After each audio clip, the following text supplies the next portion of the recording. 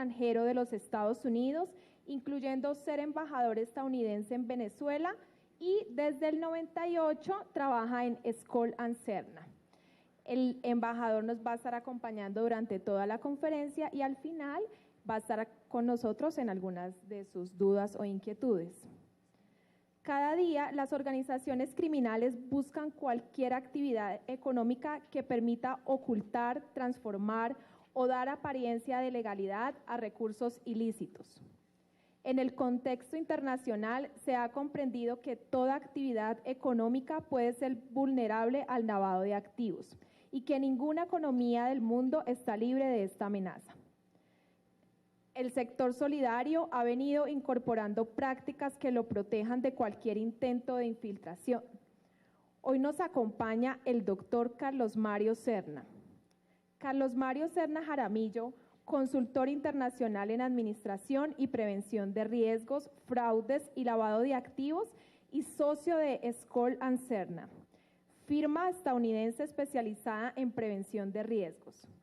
Es abogado de la Universidad Externado de Colombia, especializado en legislación financiera y en derecho comercial de la Universidad de los Andes.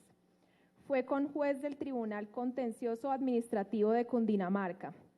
Es defensor del consumidor financiero en Colombia de varias entidades del sector financiero.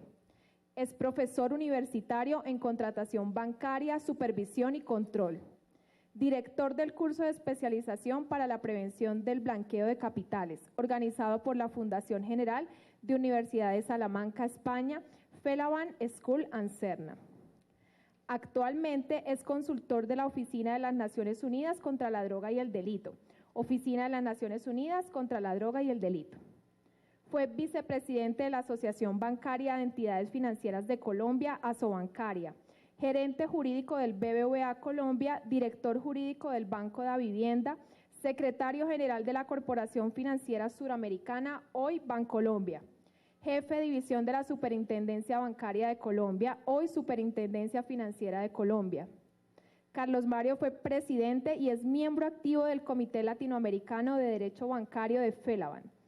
Impulsó la creación del Comité Latinoamericano de Prevención de Lavado de Activos de Felaban, comité que presidió. Director del programa y consultor internacional del Banco Centroamericano de Integración Económica. Felaban sobre cooperación técnica para la capacitación y formación en prevención y control de riesgos bajo el marco del programa del Banco Internacional para el fortalecimiento de la supervisión bancaria en Centroamérica. Esto se ejecutó en los países centroamericanos. Director del proyecto y consultor internacional de CAF, Felaban sobre capacitación y formación en prevención y control al lavado de activos que se ejecutó en los 5 países andinos. Ha sido consultor internacional del Banco Interamericano de Desarrollo y la OEA-CICAD, actuando como director y coordinador de los programas Salvaguarda de la Integridad de los Mercados Financieros, programas que se han ejecutado en Argentina, Bolivia, Chile, Colombia, Venezuela, Ecuador, Perú y Uruguay. Bienvenido, doctor Carlos Mario, lo recibimos por favor con un fuerte aplauso. Hoy vamos a hablar sobre el riesgo precisamente del tema relacionado con el lavado de activos, haciendo énfasis en unos modelos de gestión de riesgo que hemos venido trabajando y elaborando para la Oficina de Naciones Unidas contra la Droga y el Delito. Hace parte esto de un programa que se llama Negocios Responsables y Seguros. Ese programa de negocios responsables y seguros desarrollado en el marco de ese programa diferentes modelos que se han venido enfocando y recogiendo la realidad de cada uno de los sectores vulnerables o sectores obligados. Hemos desarrollado entonces estos modelos, hemos tenido la experiencia del sector financiero, pero hemos tenido claro que no es lo mismo montar un sistema de administración de riesgo en un banco que en entidades que tienen una actividad completamente diferente. Entonces, este programa se ha enfocado especialmente en lo que es el modelo hacia las empresas del sector real. Hemos hecho modelos enfocados hacia el sector de la ANI o de la contratación pública de obras públicas, con las naciones, se hizo un convenio también con la DIAN y se hizo un modelo específico para las empresas de comercio exterior, otro modelo para los profesionales de cambio. Hemos trabajado con las empresas de transporte público terrestre, hemos trabajado también con las empresas de juegos de suerte y azar. Actualmente estamos concluyendo un modelo con las entidades sin ánimo de lucro. Sabemos que el sector cooperativo hace parte del sector social y el sector solidario, pero este modelo está enfocado especialmente a lo que son ONGs y las organizaciones sin ánimo de carácter empresarial. Estamos también concluyendo en estos días el modelo de administración de riesgo con el sector inmobiliario. Entonces, lo que hoy vamos a exponerles y a explicarles es cómo, por qué es importante y por qué es necesario el desarrollo de estos programas que se han venido ejecutando con la Oficina de Naciones Unidas para adecuar y desarrollar modelos que recojan la realidad de cada uno de los sectores. Mientras la presentación se habilita nuevamente, yo voy a empezar con lo que está allí en esa presentación. Empezamos con unas preguntas y lo primero que preguntamos es ¿qué es un sistema de administración de riesgos de lavado de activos? ¿Por qué hay que administrar el riesgo? Y eso está todo enfocado en lo que hace parte de esos riesgos, que es la importancia de administrar los riesgos, pero especialmente en la charla vamos a conversar sobre el riesgo de lavado de activos y financiamiento del terrorismo. Y de qué forma y de qué manera, cómo se presentan los riesgos asociados al lavado de activos en el sector solidario. Entonces, esas preguntas las vamos a desarrollar primero poniendo en contexto de por qué estamos hablando de un enfoque basado en riesgo. Y un enfoque basado en riesgo surge precisamente de mandatos, entre comillas, recomendaciones de grupos internacionales que ustedes todos conocen y saben que es el Gafi, ¿no es cierto? Todos sabemos qué es el Gafi.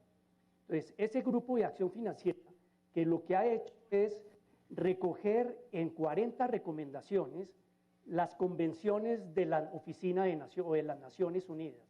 Recordemos entonces la Convención de Viena del 88, donde surge por primera vez precisamente el tema del lavado de activos, donde se utilizó el lavado de activos como un mecanismo de lucha contra un delito precedente que era el narcotráfico.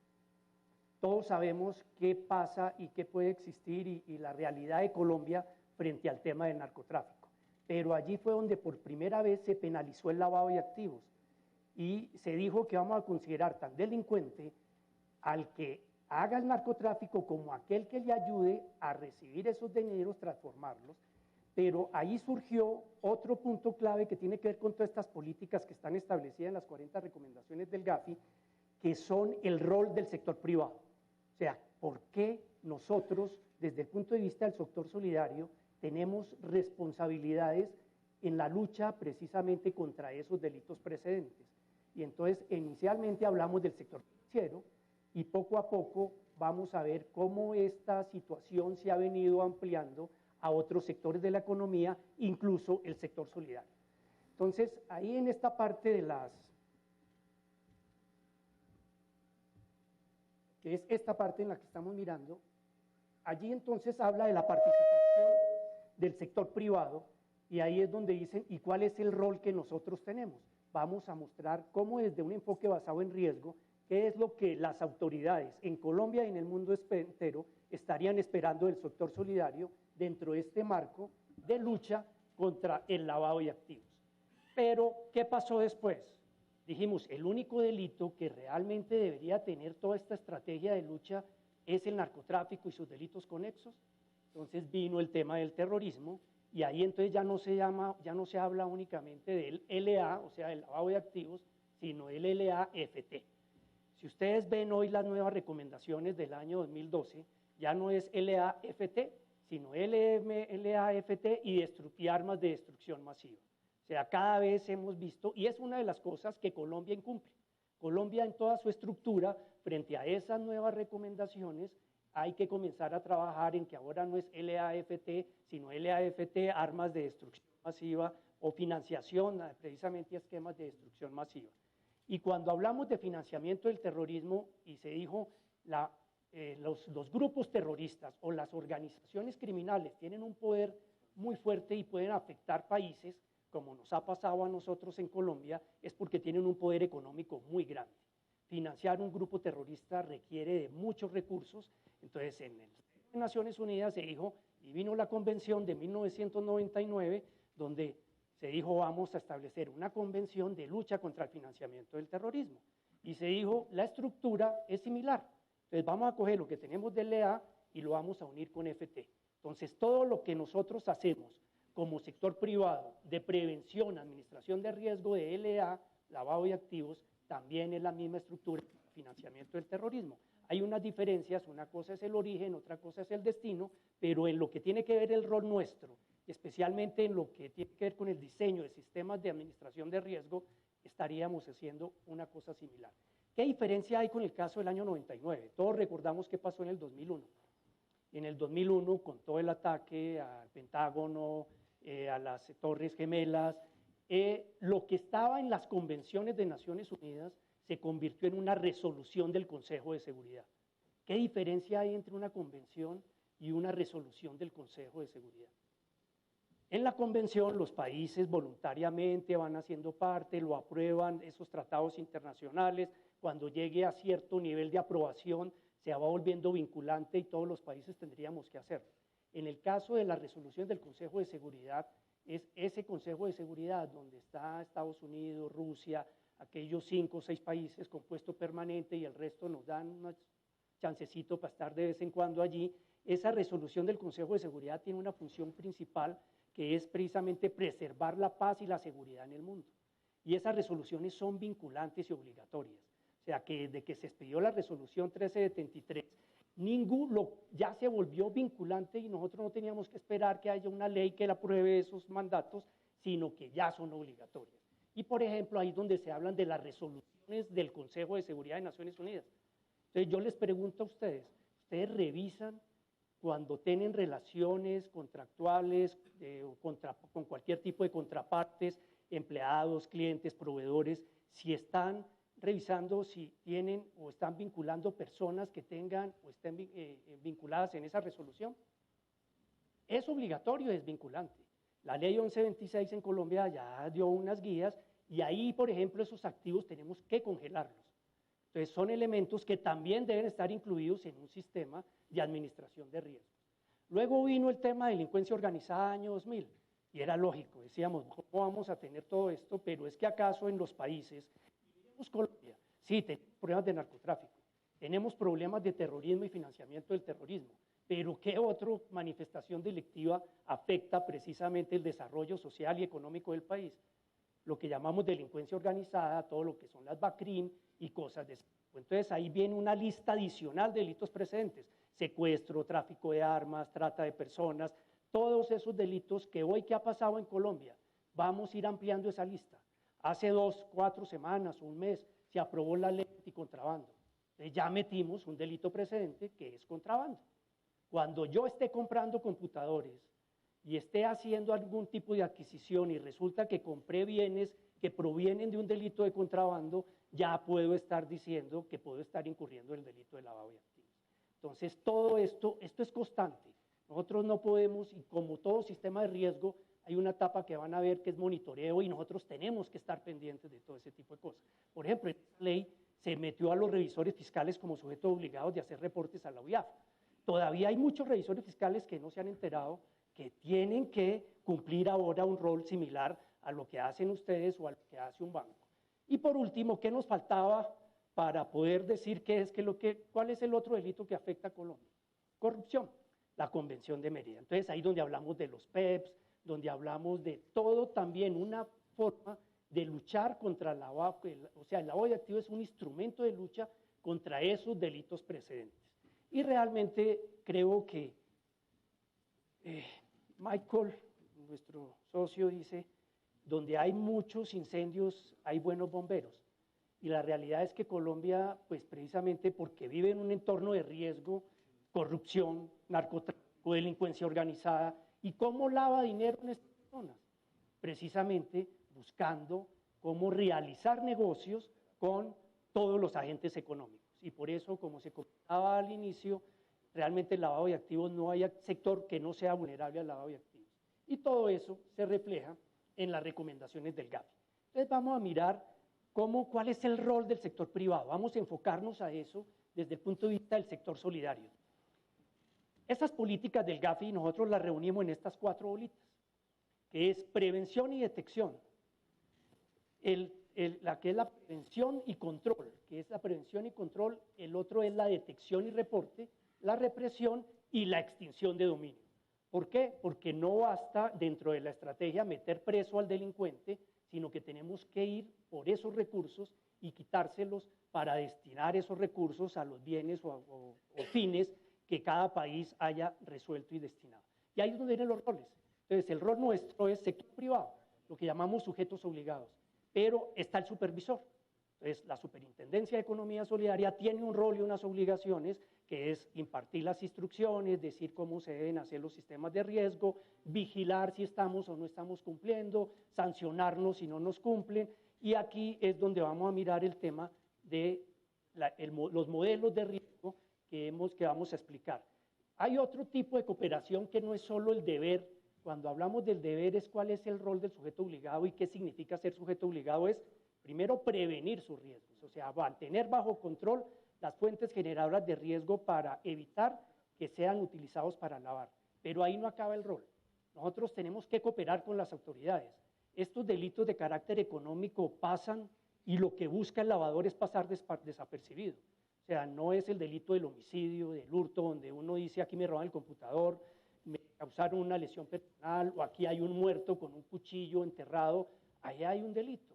En el lavado de activos el delito es cuando nos compran bienes, cuando recibo un asociado, cuando puedo contratar un empleado, cuando puedo tener cualquier tipo de relación contractual con un proveedor o con una contraparte. De esa forma se lava. Entonces ahí hay un deber, que es un deber de los deberes más importantes, que es detectar y reportar a la UIAF, y ustedes ya todos saben qué es la UIAF, y luego viene otro tema que es la parte penal y la extinción de dominio. Pero desde el punto de vista de la administración de riesgos, ¿dónde está el riesgo que ustedes están administrando de acuerdo con las normas de la superintendencia?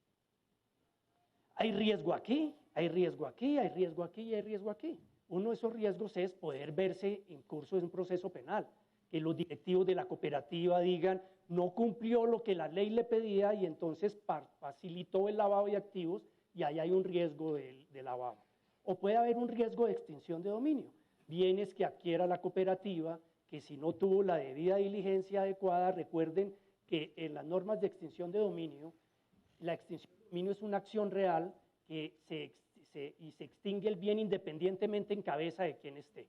O sea, no es una acción de carácter penal. Puede que no haya proceso penal y puede existir una acción de extinción de dominio.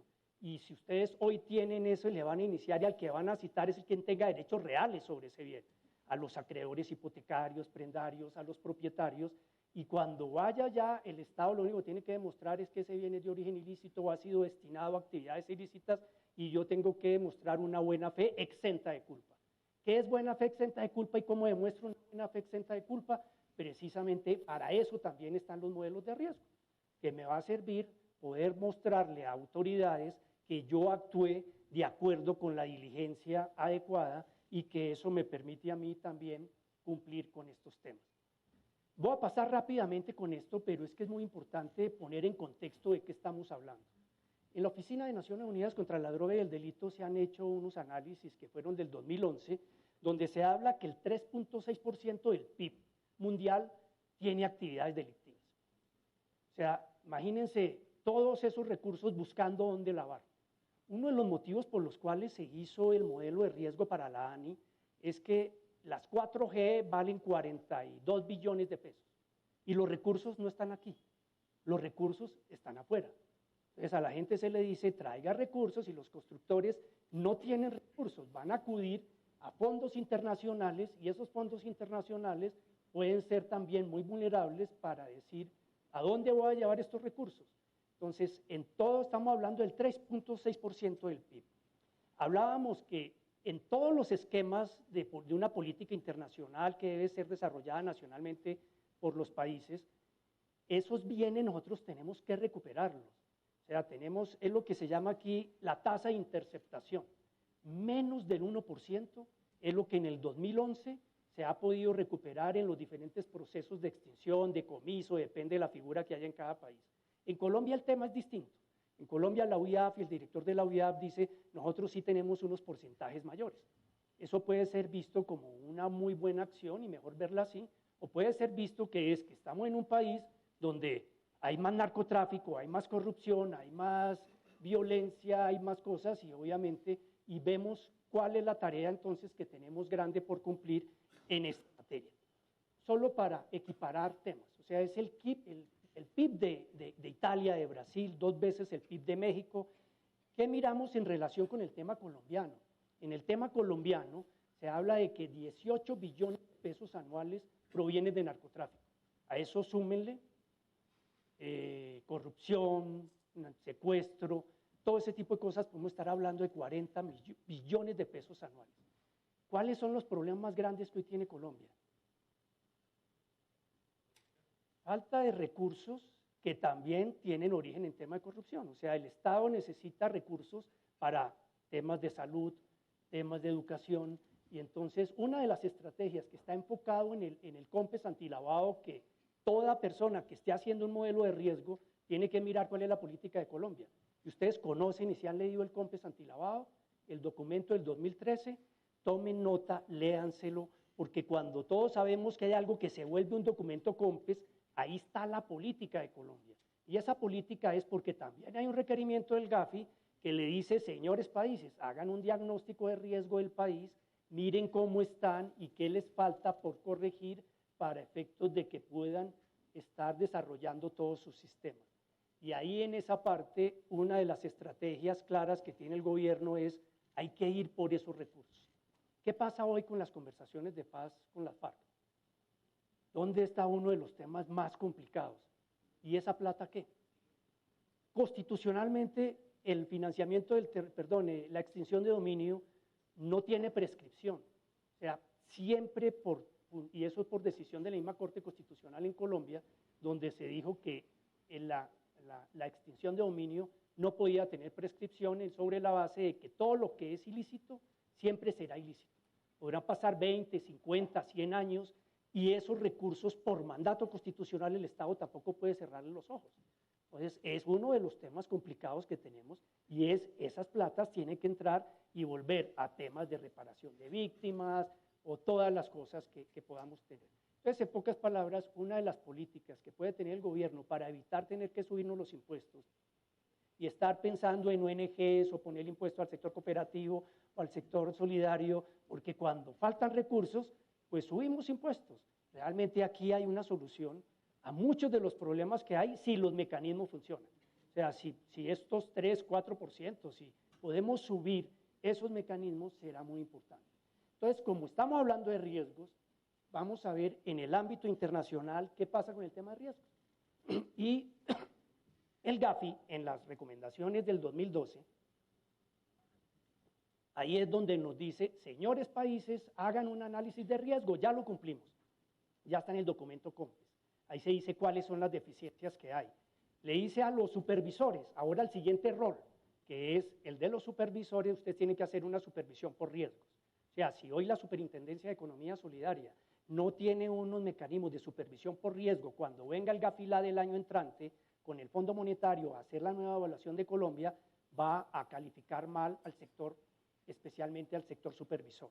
Y cuando no existe una supervisión fuerte y adecuada en un sector, eso termina afectando al sector supervisado, porque ese tipo de notas son las que quedan en las evaluaciones internacionales.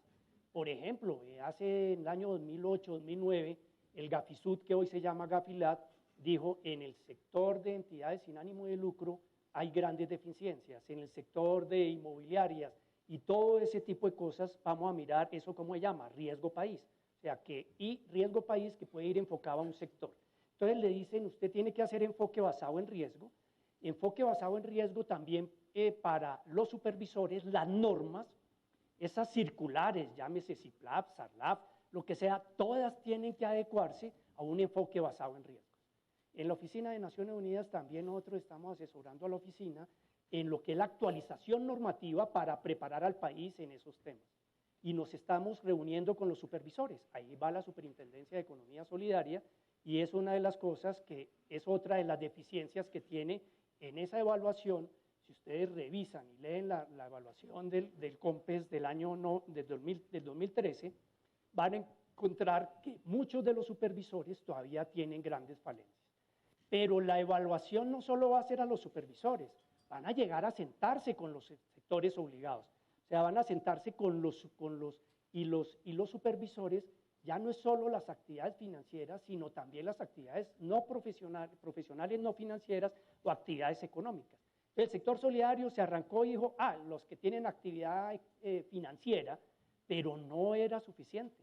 Por eso las circulares y las normas están abarcando todo el escenario, así no tengan. ¿Qué pasa? Que va a tener un nivel de riesgo distinto. No es lo mismo el riesgo de una cooperativa financiera a una cooperativa multiactiva o una cooperativa que no tiene actividad financiera.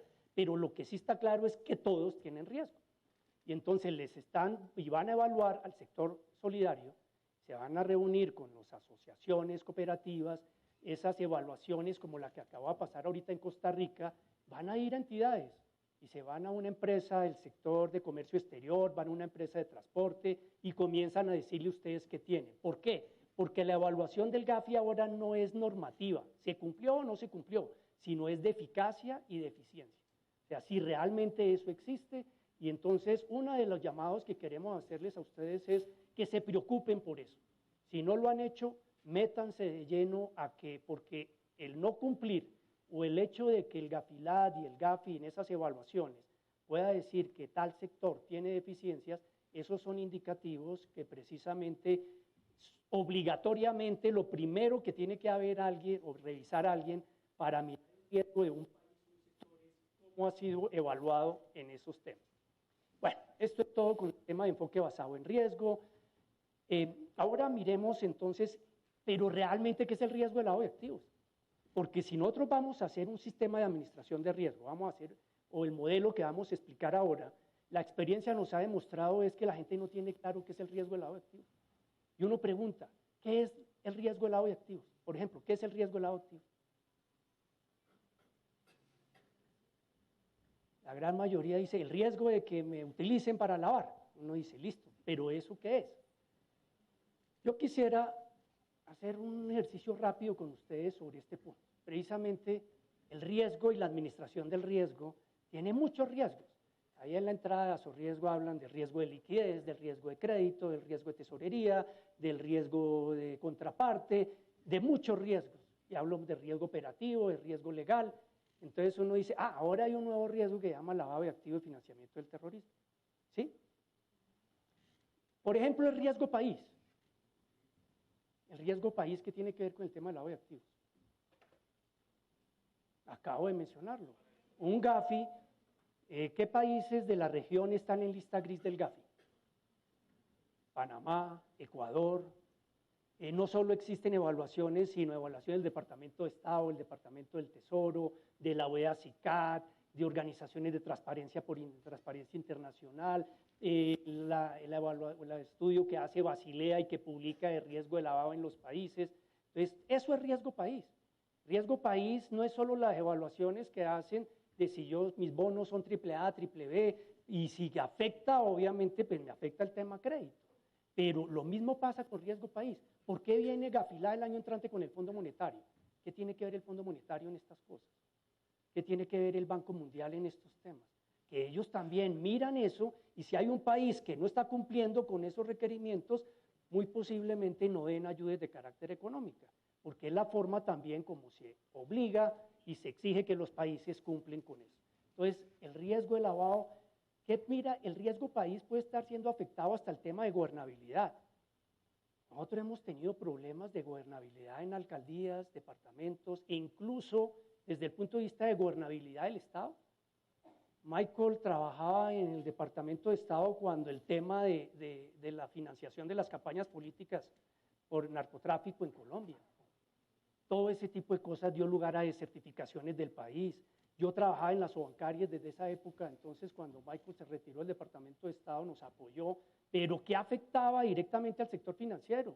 No tenía líneas de crédito, estuvo al borde de cancelación de líneas de crédito.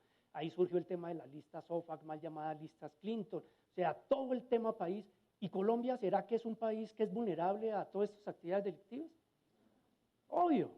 Entonces, somos un país que tenemos el deber de protegernos y miren cómo toda esta cadena hace que el país de hace 15 años, de hace 20 años sea el distinto al país de hoy. O sea, uno ve con los hijos de uno que podemos pensar que le vamos a dar un mejor país al que nosotros nos vimos. Entonces, el tema del país afecta reputación, afecta la estabilidad y la permanencia de una empresa, el riesgo reputacional que está ahí involucrado. ¿Qué pasa cuando haya una cooperativa que salga un periódico, un aviso que vincule a alguna contraparte, algún asociado, algún directivo en temas relacionados con actividades delictivas? Ese riesgo reputacional tiene un efecto terrible y catastrófico en lo que hay allí. Y han desaparecido entidades financieras, empresas gigantescas. Ahora, ¿qué vamos a hacer nosotros si tengo una cooperativa pequeña? O sea, eso es la parte del tercer pilar de mercado, de riesgo, que es el mercado. La gente cuando ve que hay algo que me puede contagiar, pues simplemente yo prefiero coger camino para otro lado. Entonces, hay sectores que han visto cómo muchos contrapartes, sector financiero o otras en que dice yo no trabajo con esas personas, estas áreas geográficas son muy riesgosas, entonces la gente en lugar de administrar el riesgo lo que hace es cerrar las puertas y lo que va generando es temas que pueden mirar. El tema de contraparte, el riesgo operativo, el riesgo de fraude, todo esto, ¿qué es lo que nosotros concluimos? Realmente el riesgo de lavado de activos y financiamiento del terrorismo no existe. Es un riesgo asociado a todos los riesgos. El riesgo de crédito, la posibilidad de que el señor no me pague. Yo ya no solo debo mirar si el personaje tiene capacidad de pago, si es esto, porque una de las formas que hace que no me cumpla es que pueda haberse afectado a temas relacionados con actividades delictivas. Nosotros preferimos utilizar la expresión riesgo asociado a actividades delictivas porque el lavado de activos es solo un delito y el lavado de activos tiene unos delitos precedentes que coge una sombrilla gigantesca de delitos que son las actividades en general. ¿Qué pasa con las empresas que contratan con el Estado y les inician un proceso por corrupción? ¿Recuerda el caso de Odebrecht? El caso de Hidalgo, los ecuatorianos, que en Panamá le iniciaron un proceso por posible corrupción. ¿Qué pasó aquí o qué puede pasar con los contratos que tienen esas firmas acá? Y el chicharrón que tiene el director de la ANI. Porque dices que no han sido condenados, pero son elementos que demuestran la posibilidad y probabilidad de que estas personas, ¿qué les puede pasar? ¿Qué hace la ANI o qué hace una entidad pública? Tiene una obligación de administrar riesgos. Y el administrar riesgos no es si aquí me encuentro una piedra gigantesca que me va a subir los precios y que entonces me desbarató el ejercicio económico, sino también el deber de administrar los riesgos de que este tipo de circunstancias hace que esas personas no van a poder cumplir el contrato. Las estructuras contractuales del Estado, contratación del Estado es que los constructores necesitan financiación. ¿Será que los bancos le van a seguir dando los créditos? ¿Será que las compañías de seguro les van a seguir dando las pólizas? Entonces, todo este tipo de cosas termina siendo una cadena que termina teniendo unos efectos catastróficos. Por eso nosotros preferimos hablar de riesgos asociados. El riesgo asociado no es solo entonces el tema de que lo metan preso, es uno, y de pronto el más importante, porque pues, primero lo que tenemos que proteger es que a nosotros no metan preso, pero el riesgo asociado puede estar con un riesgo reputacional, con un riesgo legal, que puede afectar precisamente la permanencia y la subsistencia de la empresa. Por eso hay otra cosa muy importante con el riesgo de lavado de activos, a diferencia de los demás riesgos que podríamos llamar financieros. En las estructuras de administración de riesgo y de supervisión, ¿qué es lo que hace uno como supervisor y como administrador de riesgo cuando está administrando riesgos desde el punto de vista económico? Que si se materializan, hay unas pérdidas que yo pueda cubrir esas pérdidas o hay un tratamiento a ese riesgo para evitar que esas pérdidas me afecten la permanencia y salga yo del mercado. Entonces yo puedo decir, eso lo puedo solucionar con capital o lo puedo solucionar transfiriendo el riesgo. En estos riesgos vinculados asociados a las actividades delictivas yo puedo utilizar el mismo tratamiento de riesgos. Es otra falla que hemos visto cuando la gente está administrando los riesgos, que cree que esto es un riesgo operativo. Y no es un riesgo operativo, hace parte del riesgo operativo, hace parte del riesgo de crédito, hace parte del riesgo reputacional, legal, porque está asociado a todo eso. Pero yo no puedo mitigar, aquí por eso los criterios y la medición es cualitativa y no necesariamente cuantitativa. Yo no puedo llegar a decir, es que tranquilo, que es que a mí solo me han utilizado para lavar 5 veces al año y solo tengo un proceso penal. Que sí puedo hacer, por ejemplo, y no puedo llamar a una compañía de seguros para decir, venga para acá y yo le transfiero el riesgo de lavado. Sí puedo llamar a una compañía de seguros y decirle, venga para acá y voy a transferir el riesgo de pérdida de hurtos, de pérdida de daños o incendios, y puedo transferirlo. Este riesgo tampoco se transfiere. Entonces, otro punto clave es que este riesgo no se puede asumir. Yo sí puedo asumir y decir, ¿cuánto valen estos escritorios o estas mesas que hay aquí? Y que entonces se los pueden robar. Y yo digo, se lo voy a pasar a una compañía de seguros. Si me pasa a la compañía de seguros un valor de una prima que digo, esto es muy costoso, prefiero asumir el riesgo.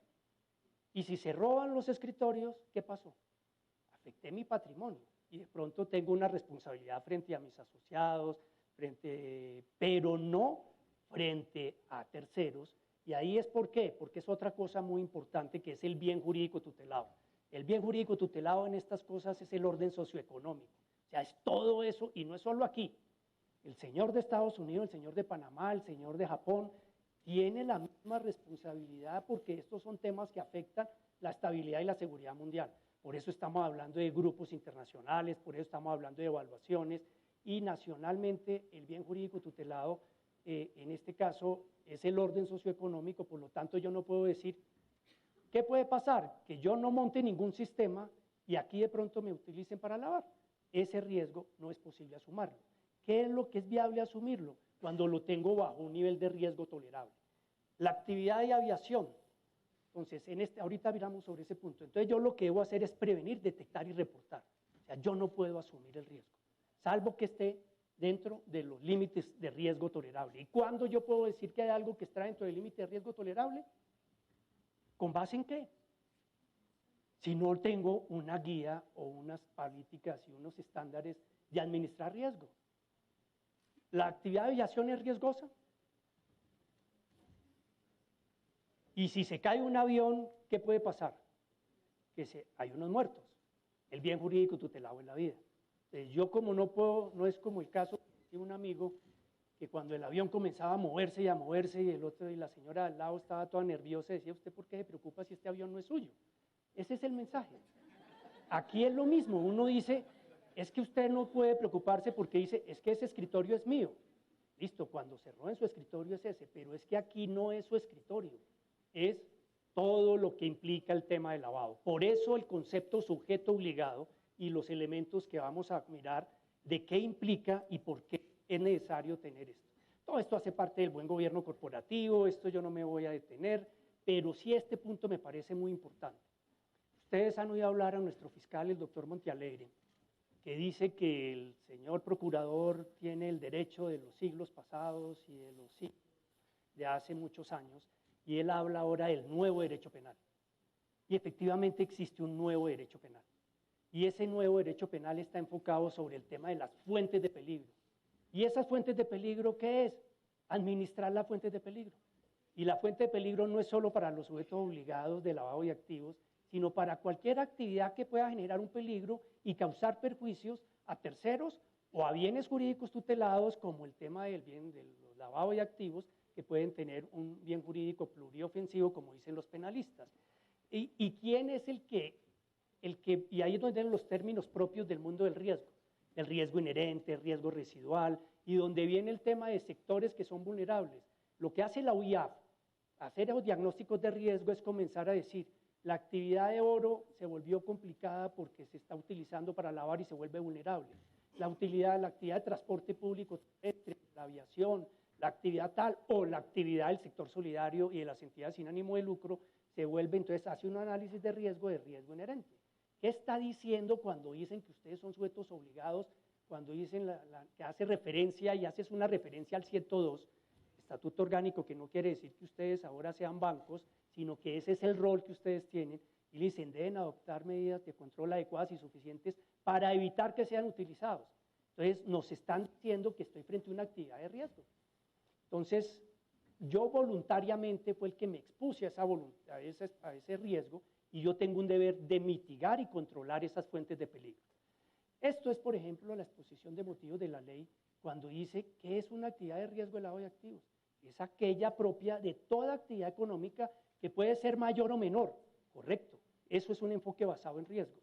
Pero el hecho de que yo tenga un riesgo menor que un banco no quiere decir que yo no tenga que proteger mi riesgo. Lo que pasa es que va a ser más fácil porque entre menos riesgo seguramente, y recuerden la máxima del enfoque basado en riesgo, las medidas de debida diligencia deben ser exactamente proporcionales al riesgo que tengo. Si tengo un riesgo alto, debida diligencia mejorada. Si tengo un riesgo medio, estándar y uno bajo. Eso es el ejercicio de un médico en que le está diciendo, si tiene un dolor de cabeza le puedo dar una aspirina, pero si tiene este tipo de cosas, de pronto lo que tengo es que apuntarle la mano. Entonces hay medidas que responden, ahí es donde hablamos de ese rol de los sujetos obligados. ¿Y dónde está el rol? En la misma ley. Cuando ustedes les hacen referencia al estatuto orgánico del sistema financiero, le están diciendo que están obligadas a adoptar medidas apropiadas y suficientes a evitar que sirva como instrumento. ¿Ustedes han oído hablar de la posición de garante? Ese es el nuevo derecho penal. ¿Por qué el fiscal y el tribunal de Medellín mandó un expediente para que investigaran al presidente Uribe? Y le está diciendo, es que usted tenía el poder, y hablan del hombre de atrás. Si usted tenía el poder, tenía esto. ¿Por qué hoy el general Uzcategui ha sido condenado a 35 años por masacre sin haber hecho un solo disparo? ¿Por qué hoy hay ministros que están presos y lo que dicen es que yo no hice nada? Entonces, precisamente le están diciendo, es que usted tenía el deber de hacer y al no hacer, eso es lo que se llama la comisión por omisión, que es el tema de posición de garante. Y eso es la forma como todos los procesos penales en Colombia y en casi todos los países del mundo se hacen por lavado de activos. Y cuando hay procesos de extinción de dominio y le dicen, pero es que yo compré este inmueble, pero ¿cómo lo compró? Ah, no, es que a mí me lo pagaron en dólares a través de una tipología que se llama peso broker. Ah, sí, que es que yo no pagué impuestos, que yo no hice esto, ahí viene el tema de buena fe exenta de culpa. O cuando realicé cualquier operación que se aleja de lo normal, o sea, en este momento nosotros tenemos un deber de hacer negocios, como es el lema de la oficina con el programa de negocios responsables y seguros. O sea, si nosotros estamos haciendo negocios en condiciones que son anormales, puede que o tengo riesgos, el de que me vean un problema penal o que mis activos se vean involucrados en proceso de extinción de dominio. Ahora que estamos hablando con las inmobiliarias, uno arrienda inmuebles, resulta que en ese inmueble montaron un negocio de venta de bazuco, de droga, o se destina a una actividad, le pueden iniciar un proceso de extinción de dominio. Entonces, ¿dónde va la buena fe? Entonces, todo ese punto quiere decir es la forma de hacer negocios ha cambiado. Y afortunadamente yo veo que en Colombia nosotros ya nos cuidamos un poquito de quién es al que le voy a vender, quién es el que le voy a comprar, porque ya somos conscientes. Pero desafortunadamente no todos tenemos esa precisión y nos vemos enredados con esto. Esto es una transcripción de una traducción del derecho alemán que fue el profesor del actual fiscal, de unos penalistas que son los que se inventaron esta figura, precisamente el tema de la óptica del derecho penal frente a las fuentes de peligro. Como la aviación es peligrosa, entonces no vamos a tener aviones. No. Como los bancos son vulnerables, entonces no vamos a tener bancos para que los puedan utilizar para lavar. Como el manejo de sustancias químicas es vulnerable y que podemos contaminar los ríos, entonces no vamos a trabajar en eso. No, sino el desarrollo, precisamente la humanidad ha progresado es porque ha sabido enfrentar los riesgos que eso involucra, pero no podemos permitir que ese enfrentamiento de riesgos se haga en condiciones de fuentes de peligro que no estén bajo las medidas de control. O sea, se toleran los riesgos. El Estado va a tolerar que los particulares que tengan un rol de sujetos obligados realicen actividades riesgosas, pero siempre y cuando las tengan bajo los límites de control. ¿Qué pasa si yo soy el dueño de las empresas de transporte y no mitigo los riesgos que es, por ejemplo, que los camiones, los buses estén mal, que no tengan frenos, que los pilotos o los choferes de los buses no estén debidamente capacitados y resulta que ese bus se accidenta y matan a algunas personas? O el avión se cayó. Entonces, ustedes ya han visto todo el tema, no solo aquí, sino en el mundo entero, vamos a mirar a ver qué responsabilidad penal puede existir en los altos directivos, porque son los que tienen que tener las fuentes de peligro. Entonces, uno ve los aviones, ya tienen todas las fuentes de peligro y todas esas cosas, las listas de chequeo, pero nos faltan esas listas de chequeo en los temas de prevención de lavado de activos. ¿Tengo bajo control estas medidas? ¿Qué pasa cuando tengo los controles? Tengo las medidas, pero no las aplico. Entonces, vamos a mirar rápidamente el tema de la responsabilidad penal. Y cómo, pero miren que esto es solo uno de los riesgos asociados, no es el único, sino vamos a hacer énfasis porque creo que es el más importante. Pero todos los otros riesgos asociados, y ahí es donde viene la valoración de los riesgos, es a qué riesgo asociado le pegan. La posibilidad de incurrir en un delito, altísimo. Hagan el ejercicio, ustedes ya lo han hecho. Y algunos de ustedes, cuando va a mirar probabilidad de impacto, cuando han hecho la matriz de riesgo todos, porque tienen que tenerla, porque hoy es obligatorio. Es que la norma no lo dice. Léanse el artículo 102 literal E o F, que dice que los sistemas del 102 de acuerdo con el estándar internacional. ¿Y el estándar internacional cuál es? Basilea. Basilea. Gafi. Y Gafi en el 2012 dijeron enfoque basado en riesgo. Entonces, hoy quien no tenga un enfoque basado en riesgo está violando las normas. Y si no la tiene, de todos modos, el Código Penal le está diciendo, y el fiscal o los jueces en los procesos de extinción de dominio le dicen, ¿y usted cómo controla el riesgo? Y si yo no tengo cómo demostrar que mitigué esos riesgos con un sistema de riesgos, ahí es donde empieza el problema. Entonces, el primer punto que en los temas penales hay que tener en cuenta es que el lavado de activos es un delito doloso. ¿Qué significa dolo? Que yo conozco que eso es de origen ilícito y tengo la voluntad de hacer eso. Si yo le pregunto a alguno de ustedes, va a decir, obviamente yo no voy a hacer algo. Si un señor me dice esto, pero es de narcotráfico, cómpreme esta casa que es de narcotráfico. Se cae su peso, no lo van a hacer. Pero es que el dolo es solo eso. ¿Han oído cuando Pedro se monta en un carro borracho, va sin luces, se pasa un semáforo en rojo y atropella a otras personas y las mata? Y entonces viene el tema y dice, no, es que eso es un delito culposo, porque yo no tenía la intención de matar, ni la voluntad de matar, yo no sé ni quién es, yo no tengo nada contra él. Ahí es donde hablamos del dolo eventual. Entonces, el dolo eventual, entonces los jueces y la fiscalía y la doctrina y la jurisprudencia va diciendo, quien se monta en un carro borracho, con fallas y con luces, tiene una cosa, es que sabe que está frente a una actividad riesgosa, que es una actividad de peligro, y se puede representar que si se monta borracho en alguien, puede matar a alguien y está aceptando las consecuencias de que eso se dé, y eso es dolo. ¿Cómo lo mira en el tema del lavado de activos? Se dice, sector solidario, sujeto obligado, tiene que adoptar normas, códigos de ética, sistemas de procedimientos de esto, y se presenta al directorio, el directorio dice, no, eso es para las cooperativas financieras, eso es para los bancos, yo no tengo ningún problema, eso si la multa de la super son 20 pesos, no hay ningún problema, no lo hago. Allí es donde se puede estar configurando precisamente esa figura del dolo, porque estoy colocándome voluntariamente en una situación de actuar sin controlar las fuentes de peligro.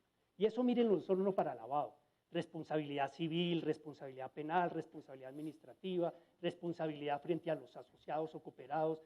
Y hay casos muy famosos de multas que se han presentado a grandes bancos. Por ejemplo, hay un caso del Banco Popular de Puerto Rico, donde se puso una multa porque se decía la junta directiva no adoptó los controles, no hicieron los reportes que tenían que hacer y se le impuso una multa de $8 millones, que es de las chiquitas, porque ustedes han oído hablar del HSBC, donde la multa fue de $1.700 millones, pero en ese caso el dueño que dijo, administrador incumplió, entonces yo los demando a ustedes porque me causaron un perjuicio a mi banco. Entonces mírenlo por todo el tema que hay. Y hay otro punto que vamos a profundizar ahora, que es el tema de la ceguera intencional, que es una forma similar al dolo eventual, pero en todos ustedes en sus manuales tienen unas cosas que llaman señales de alerta, ¿cierto? Tienen unos temas que llaman tipologías de lavado, o sea, tienen unas cosas, y deben tenerlas, que se llaman instrumentos de detección. Y esos instrumentos de detección ahí le dicen personas que realizan actividades o muestran ingresos diferentes a lo que normalmente están sus balances. Personas que, cualquier señal de alerta, en el mundo nuestro lo llamamos señales de alerta. En el mundo del derecho penal esas señales de alerta se llaman indicios. O sea, ¿cómo se prueba? A punta de indicios. Usted no cumplió esto, no cumplió lo otro. Y como se dice aquí, esto que hay entre comillas son sentencias en las que los jueces les dicen a los sujetos obligados, la gente estaba en condición de conocer lo que le resultaba obvio y cerró los ojos. O sea, el dicho popular, no se haga el bobo, el ceguero intencional, dice, yo mejor ni pregunto porque si pregunto de pronto me confirman la duda que tengo. Esa es la forma como en el derecho penal, ¿y eso qué es? Administrar riesgos. Es cuando estén haciendo, y seguramente ustedes lo hicieron en su lista de eventos de riesgo, tendrían que haber dicho es qué pasa con el incumplimiento de las normas reiteradas. Y uno dice, la posibilidad de que me sancione la superintendencia. No solo eso, esos elementos terminan siendo, un solo indicio no es suficiente, pero el ejercicio que se hace desde el punto de vista de la prueba indiciaria, que para eso estudian derecho penal los penalistas y los fiscales, es estructurar todo ese tipo de cosas para concluir, por ejemplo, usted evitó a sabiendas conocer la verdad y actuó con conocimiento una alta probabilidad del hecho. Usted se pudo haber representado que esto hubiera podido pasar y aceptó esas consecuencias. Por eso les decíamos, este riesgo no se puede asumir. Este riesgo no es como mucha gente dice, démonos la bendición y tirémonos al río a ver qué está. Dios está muy ocupado, mucha gente que se da bendiciones. Ayudémosle a Dios a que, o cuando va a jugar fútbol uno va a patear el gol y el penalti se da la bendición y el arquero también. Entonces uno dice, ¿a qué lado se va a ir? Entonces la no atención de las señales de alerta es precisamente otro evento de riesgo que seguramente ustedes tienen incluidos allí. Esto es un punto clave. Uno dice, ¿y por qué ahora me metí al derecho penal? Porque es que este es un riesgo. ¿Y cómo se incurre en el delito? ¿Por acción o por omisión? Y hay una cosa que se llama la omisión impropia, que es quien tiene el deber jurídico de impedir un resultado y de mantener y controlar una fuente de peligro, es decir, posición de garante, y no hace lo que tiene que hacer, incurre en el delito. General Uzcategui, usted tenía el deber y la responsabilidad y el control sobre sus hombres en este tipo de cosas. Tenía información, dice cuando lee uno la sentencia de la Corte, dice que tenía información de la probabilidad de que los paramilitares iban a tomar una población y iba a haber una masacre. Y él dice, eso llegó hasta el coronel, eso no subió. Pero a pesar de eso, la Corte le dice, pero tranquilo coronel, que usted no estaba amangualado con los paramilitares. Tranquilo, simplemente es que usted incumplió su deber jurídico de proteger a la población y entonces se va a 35 años de cárcel a este tema. Este tipo de cosas es parecido. Es como llegar y decir, mire, tranquilo, efectivamente usted no estaba, tenía un acuerdo con los lavadores, que eso es lo que, como digo, no es lo lógico, no es lo normal, a veces ocurre que infiltran a un empleado de nuestro, como nos pasó, yo trabajé en un banco hace mucho tiempo, y nos pasó eso. Resulta que el gerente de una oficina en Cali había sido comprado por narcotraficantes y además después dijo, y es que si no hacía eso mataban a mi familia. Entonces, ahí hay otro factor de riesgo que se llama factores de empleados. Entonces, hasta hay un caso de una empresa pública muy importante que resultó que un miembro de la Junta, nombrado por el mismo gobierno nacional, resulta que estaba vinculado a las FARC. Entonces, son factores de riesgo que van. Entonces, uno dice, ¿dónde está el riesgo? En todos lados. Puede estar entonces en proveedores, en empleados, en clientes. Y entonces ahí es donde ese garante y ese deber de vigilancia, porque no es solo adoptar los sistemas, sino estar haciendo seguimiento, que yo pueda estar tranquilo, como el señor de los buses o el señor de los aviones. Yo compré los aviones, pero tengo que estar haciendo seguimiento de que todas mis fuentes de peligro siguen estando bajo los sistemas o medidas de control. Entonces, aquí es donde vienen esas preguntas que nosotros queremos que ustedes se vayan y se las respondan. ¿Están bajo control todos los factores de riesgo, generadores de riesgo de lavado de activos en su organización? ¿Tengo la debida diligencia, he hecho la aplicación de las medidas de riesgo? ¿Tengo un diagnóstico de riesgo? ¿Puedo yo decir que he mirado qué tipo de riesgos tengo yo? Yo pongo como ejemplo siempre lo mío para evitar meterme en problemas con demás personas. Y cuando ahorita van a ver los videos, se van a mirar el tema del análisis del diagnóstico de riesgo. Y un diagnóstico de riesgo es precisamente un análisis de contexto interno y contexto externo. Y vamos a mirar, y ahí están, porque pues obviamente por tiempo la idea era simplemente mostrarles y ponerles esto y decir que existen esos modelos, que existen esa importancia y la necesidad de que los sistemas de riesgo cumplan con unos estándares, y los estándares no es solo los estándares de lavado, sino los estándares de riesgo. O sea, los estándares de la ISO 31000, de la norma australiana, de la norma colombiana de riesgo, pero adecuado a los riesgos que estamos administrando. Y cuando hablamos de factores de riesgo, hay riesgos internos y hay riesgos externos. Entonces, yo, por ejemplo, en los últimos meses me he sentido mal, he tenido unos problemas. ¿Qué hago cuando comienzo a ver síntomas de algo que está extraño? Va uno donde un médico, ¿cierto? ¿Y el médico qué hace? Comienza a hacerle unas preguntas para mirar en qué contexto está, y eso es lo que debe hacer un oficial de cumplimiento o un gerente de riesgo con su organización cooperativa. Bueno, ¿qué preguntas comienzo a hacer?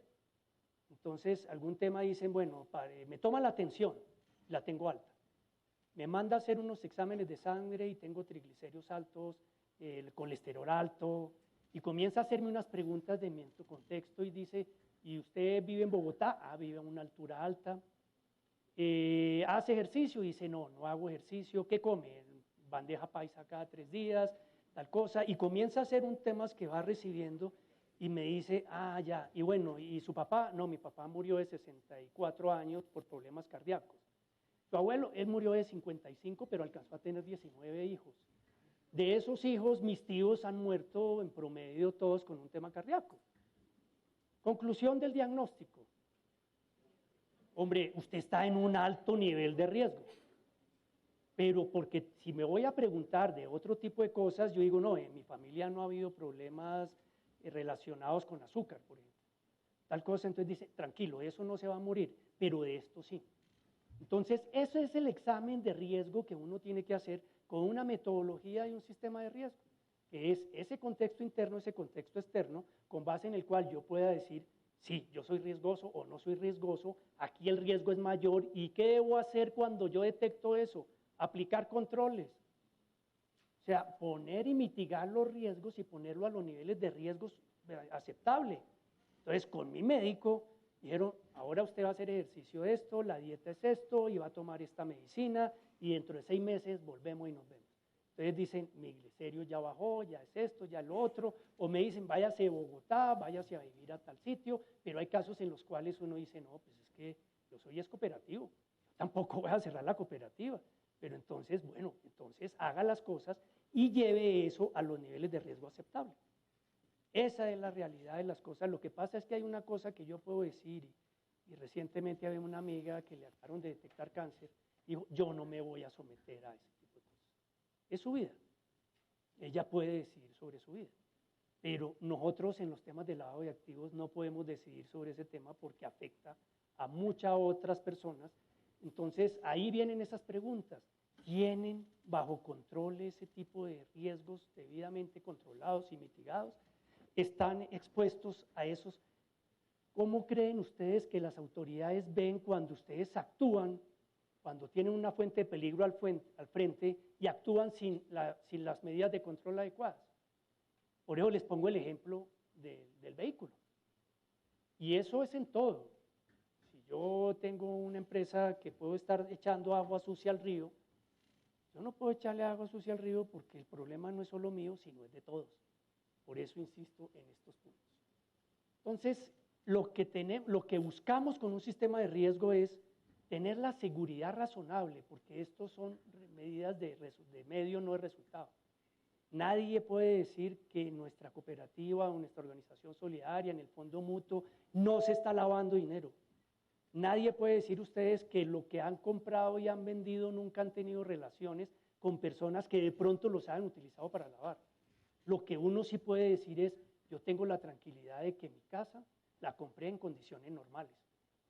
Si la casa la compraron en condiciones extrañas, en que alguien de apellido conocido, que públicamente se sabía que esa finca que tenía un avión allí con todas esas cosas, otros que tenían un John Lennon al frente, ese tipo de cosas, ¿por qué esas cosas se desaparecen y se mueren? Porque quedaron contaminadas.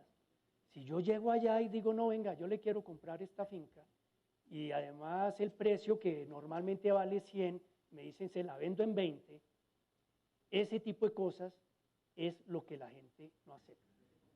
Eso es lo que... Y un sistema de riesgo son los mismos 3 pilares de riesgo, donde ¿quién es el responsable de mitigar los riesgos? ¿La Superintendencia de Economía Solidaria? Nosotros. Entonces nosotros debemos tener un método estándar de medición de los eventos, todas esas etapas que les vamos a mostrar ahora, y soy yo el que debo medir mi riesgo y controlar mi riesgo. ¿Qué hace el supervisor? Con una supervisión por riesgo. ¿Cómo está su riesgo? O sea, el supervisor viene a ser como ese segundo médico en el que va a decir, usted, ¿cuáles son sus exámenes? Muéstreme sus exámenes de laboratorio. Y ve que todo está así y dice, no señor, usted no se puede montar en un avión. Usted le puede dar un ataque cardíaco en un avión, usted ya no puede hacer esto. O ya, yo me quito las gafas y no veo. Entonces se dice, no, usted ya no puede ser piloto, tiene que hacer esto. Hoy comienza a decirle y a obligarnos a que y verifica cómo están nuestras mitigaciones de riesgo. El auditor, el contralor, el revisor fiscal, ¿cómo es ahora la supervisión? Con un enfoque basado en riesgo. El tema de COSO, supongo que aquí hay muchos contadores, que ahora vamos en COSO 3, entonces ahora la supervisión es basado en riesgos. Y por último está el tema de la disciplina del mercado, que es el deber de revelar esas situaciones de riesgo. Y ahí es donde uno tiene el deber de si alguien va a contratar con uno decir, oiga, yo soy riesgoso, yo tengo todos estos niveles de riesgo, como cuando yo voy y digo, yo estoy evaluado triple B, entonces si voy a salir al mercado a emitir bonos, entonces yo digo, como usted es riesgoso, entonces yo quiero prestarle o comprar el bono, pero al DTF más 10, y yo asumo el riesgo porque sé que es riesgoso. Pero si hay otro que me dicen, es que yo no tengo riesgo, por lo tanto, yo estoy al DTF más 6. O es con los fondos de común, los fondos de pensiones. Ahora se dijeron, ustedes quieren mejorar sus fondos, quieren tener inversiones riesgosas, pero tengo que divulgar el nivel de riesgo. Lo mismo pasa con este tipo de cosas y un sistema de administración de riesgo cuando viene el tema de las certificaciones, que todo el mundo firma. Ah, es que tal cosa, el banco pide tal cosa. Ah, sí, listo, firme. Y se lo paga al representante legal y firma. Ahí está certificando y entregándole al público diciendo, y nosotros vivimos en un mundo del principio de la presunción de buena fe, donde yo para contratar digo, usted me está diciendo que tiene los mecanismos de prevención, que se ha hecho exámenes y que está bien. Habrá caso de que es un nivel de riesgo mayor y de pronto vaya a tener que pedir una información adicional o certificar que un tercero me diga, muestre a ver si es cierto, tráigame un certificado judicial, pero esas declaraciones y esos temas buscan estos puntos. ¿Qué pasa cuando yo digo que tenía algo y no lo tenía? Entonces llaman al banco y dicen, mire, es que banco, usted lo utilizó la cooperativa tal por este tema, ¿usted qué debía diligencia de eso? Y saca su SARLAF y le dice, mire, ya me dijeron que tenía un oficial de cumplimiento, que cumplía con la circular tal de la superintendencia y que certificaron que cumplían con este tipo de cosas. Los riesgos se van trasladando a quien firma algo y no realmente lo tiene. O sea, en estos casos no solo hay que serlo, sino parecerlo. Uno dice, tengo código de ética, sí, pero ¿dónde está? Ah, no, eso todos lo sabemos. No, eso tiene que estar. ¿Tengo políticas de contratación? Sí, yo no compro con cualquiera, pero ¿dónde está escrito? ¿Dónde está documentado? Entonces, todo ese tipo de cosas, esto hay que tenerlo para mostrarlo. O sea, esos códigos hay que escribirlo. Entonces, vamos a mostrarles cómo es un sistema de administración de riesgo que se ha venido desarrollando y que nosotros desarrollamos para esos sectores, asesorando a la Oficina de Naciones Unidas, con una etapa de un diagnóstico, etapa de identificación, que usted dice, las etapas de riesgo, sí, la misma etapa para un riesgo de liquidez, para un riesgo de crédito, porque la metodología es un estándar. Entonces, lo que hemos hecho nosotros es unir los riesgos de lavado y lo que son los estándares de lavado a los estándares de riesgo para que con base en esas metodologías yo tenga la posibilidad de mostrarme a mí mismo interna y después externamente a que la metodología que yo tengo está bien definida. Entonces, ¿cómo se diseña un sistema de administración de riesgo? Entonces, la respuesta a todos esos riesgos es, ¿dónde está su sistema? Voy a pasar entonces unos videitos. Tenemos, sí, estos videos son cortos. A ver. Bueno, doña Paula, entonces le dejo las impresoras a mitad de precio. ¿En serio? Listo. Y se las hago llegar ya mismo. ¿Por qué? Porque a mí me interesa ganar clientes. ¿Por qué? Porque las traigo de muy lejos, sin papeles. Son una ganga. ¿Por qué? Cuando haga un negocio y algo le suene raro, vuelva a la edad del porqué. Cuestiónese y actúe. Evite que su empresa sea utilizada para cometer delitos como lavado de activos, financiación del terrorismo y contrabando. Entre a www.negociosresponsables.org. En esos 15 segundos, ¿vieron algunas señales de alerta que puedan mostrar lo que hemos visto? Se las dejo a mitad de precio. Vienen de muy lejos, sin papeles. Ya con eso es suficiente para que cualquiera de nosotros, simplemente poniendo un tema lógico, pueda decir, puede provenir de un delito de contrabando. Y el contrabando es delito precedente. Y esa es la forma como se hace negocios. ¿Y qué es la diferencia? Que no respondemos la pregunta y el por qué. Y ese por qué es la debida diligencia. Cuando me dan una respuesta a lo que es anormal o inusual, pues podré seguir adelante. Cuando no las tengo, otra vez aquí el amigo, ahí es donde comienzan a surgir los problemas. Y comienzan a surgir los problemas porque el empleado no sabe o porque quieres vender y quiero hacer un poco de cosas, entonces pongo por encima el cumplimiento de las metas comerciales sobre el tema y ahí empiezan a aplicar los códigos de ética. O sea, cuando tenga dudas del origen de los recursos, abstente. Eso es un control y es el control más sencillo. No necesitamos gastarnos no sé cuánta plata en sistemas o en no sé qué, pero sí es muy delicado. Y voy a pasarle este otro también que dura 15 segundos. Bueno, doctor López, le compro 200.000 pijamas en efectivo. ¿200.000? ¿Y en efectivo? ¿Y por qué? Porque es mejor sin trámites. Así le inyectamos capital a su empresa. ¿Y por qué? Porque me gustan sus pijamas. ¿Y por qué? Porque... Cuando haga un negocio y algo le suene raro, vuelva a la edad del porqué. Cuestiónese y actúe. Evite que su empresa sea utilizada para cometer delitos como lavado de activos, financiación del terrorismo y contrabando. Entre a www.negociosresponsables.org. Vamos a pasar entonces los videos de las etapas de un sistema de riesgo.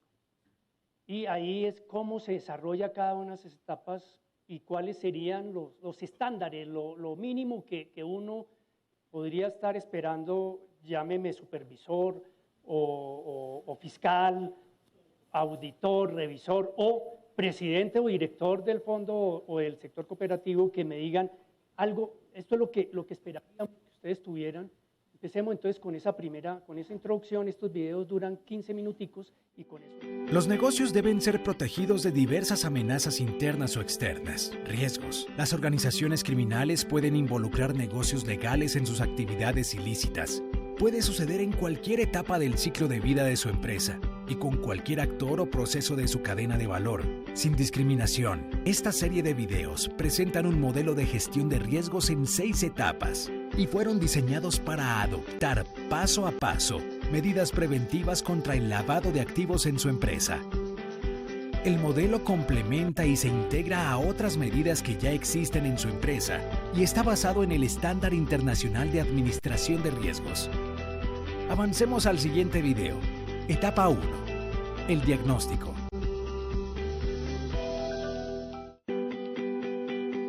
Vamos a hablar de cómo gestionar el riesgo de lavado de activos en su empresa. A continuación, la primera etapa, el diagnóstico. El diagnóstico nos va a servir como base para todo el sistema de gestión de riesgos. Vamos a averiguar cómo estamos, dónde están los riesgos y cómo podemos mejorar. El primer paso es hacer oficial el compromiso de los dueños y directivos.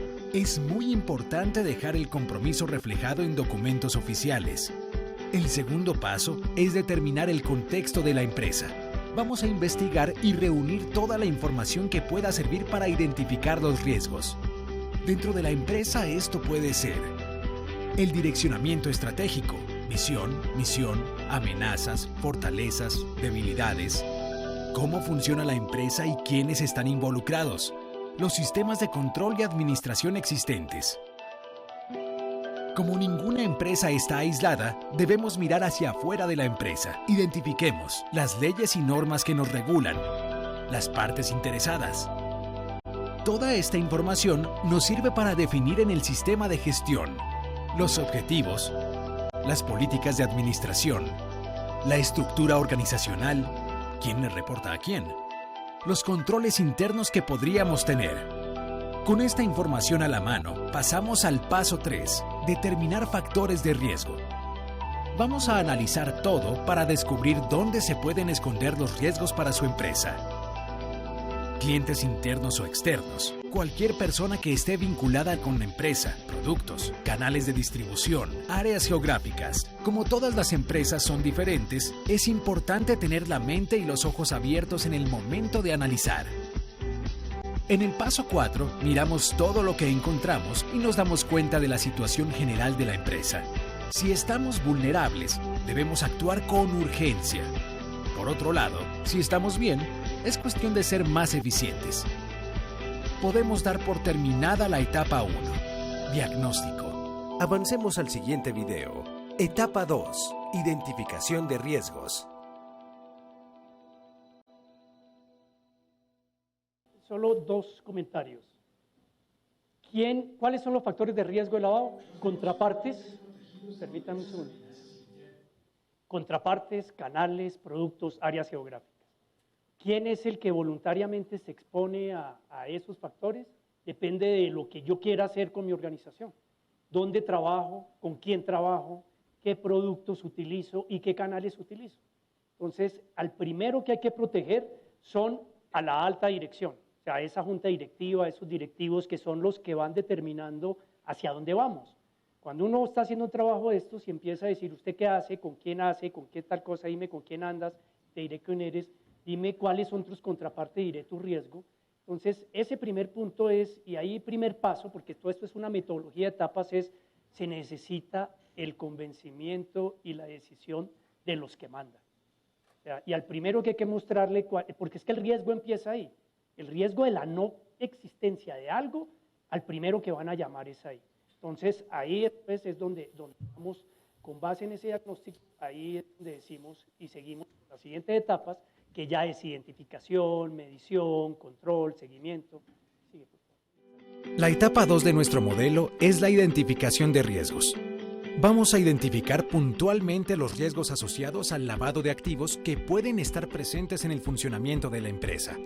Para empezar, tome los factores de riesgo que señalamos en el video anterior. Para cada factor de riesgo, liste posibles situaciones que pongan en peligro a su empresa. Las llamaremos eventos de riesgo. Recordamos nuestro mandamiento. Cada empresa es diferente. Los eventos de riesgo y las maneras que utilizamos para identificarlos dependen de muchos factores y circunstancias que varían de empresa a empresa. Los recursos que nos sirven para identificarlos son su experiencia en la industria y en su empresa, el análisis de los expertos en tipologías y señales de alerta, documentos de organizaciones internacionales dedicadas al análisis financiero y la gestión de riesgo. Por último, nos preguntamos, ¿cómo y por qué suceden los eventos de riesgo? Los riesgos se expresan en términos de consecuencias. Por eso a cada evento le señalamos la causa probable. La mejor manera de organizar esta relación de causa-consecuencia es con una matriz de riesgo. Le permitirá clasificar y analizar cada riesgo por separado y definir acciones para su intervención. Esto, por ejemplo, es un riesgo de ser utilizado para el lavado de activos por no contar con procedimientos para el manejo del efectivo. Damos por terminada la etapa 2, identificación de riesgos. Avancemos al siguiente video. Etapa 3, medición de riesgos. En el tema de impacto, realmente es casi imposible uno considerar que este riesgo, el impacto no es alto, porque puede ser uno no lava poquito. O sea, el tema es la consecuencia que hay. En cambio, en las pérdidas financieras uno sí puede cuantificar y decir, aquí la pérdida es que si presté mal esta plata o no cuide ese activo se pierde, y puedo yo decir, eso es bajo. Aquí la cuantía no son criterios y sobre todo lo que mirábamos de las consecuencias, por eso la experiencia nos ha llevado a que nosotros podemos trabajar es más en la probabilidad que en el impacto. Sigamos. La etapa 3 es sobre la medición de riesgos. Vamos a medir la probabilidad de que los eventos de riesgo se materialicen y el impacto para la empresa si esto llegara a pasar. La combinación de estos dos factores nos da el nivel de severidad que tiene cada evento de riesgo. Los recursos que podemos utilizar para la medición son experiencia de la industria y la empresa e historial de eventos, experiencia del oficial de cumplimiento, opinión de expertos y asesores, información publicada. Primero consideramos la probabilidad de que el evento de riesgo suceda. De acuerdo a esta consideración, le asignamos un valor. A, muy probable, B, posible y C, raro. Ahora el mismo ejercicio pero con el impacto que tendría en la empresa. El impacto se mide por el nivel de pérdida o daño que podría resultar. En el peor de los casos, puede llegar a ser procesos penales, sanciones, mala imagen y disminución de ingresos. De acuerdo con la severidad de los daños que resulten de un evento de riesgo, le asignamos un valor. 3. Alto. El peor de los casos en donde el impacto puede sentirse en toda la industria. 2. Medio. Habrían pérdidas y daños moderados con algunas empresas involucradas. Y 1. Bajo. Cualquier consecuencia es limitada a la empresa y no es duradera. Utilizando las dos mediciones, podemos evaluar el nivel de severidad y agregarlo a la matriz de riesgo que teníamos del video anterior. Esto nos permite volver a organizarlos en orden de prioridad, dejando los eventos de riesgo A3 como los más críticos y los C1 como los más fáciles de tratar. En el ejemplo, alta probabilidad y alto impacto para la empresa. Damos por terminada la etapa 3, medición de riesgos. Avancemos al siguiente video. Etapa 4. Adopción de controles.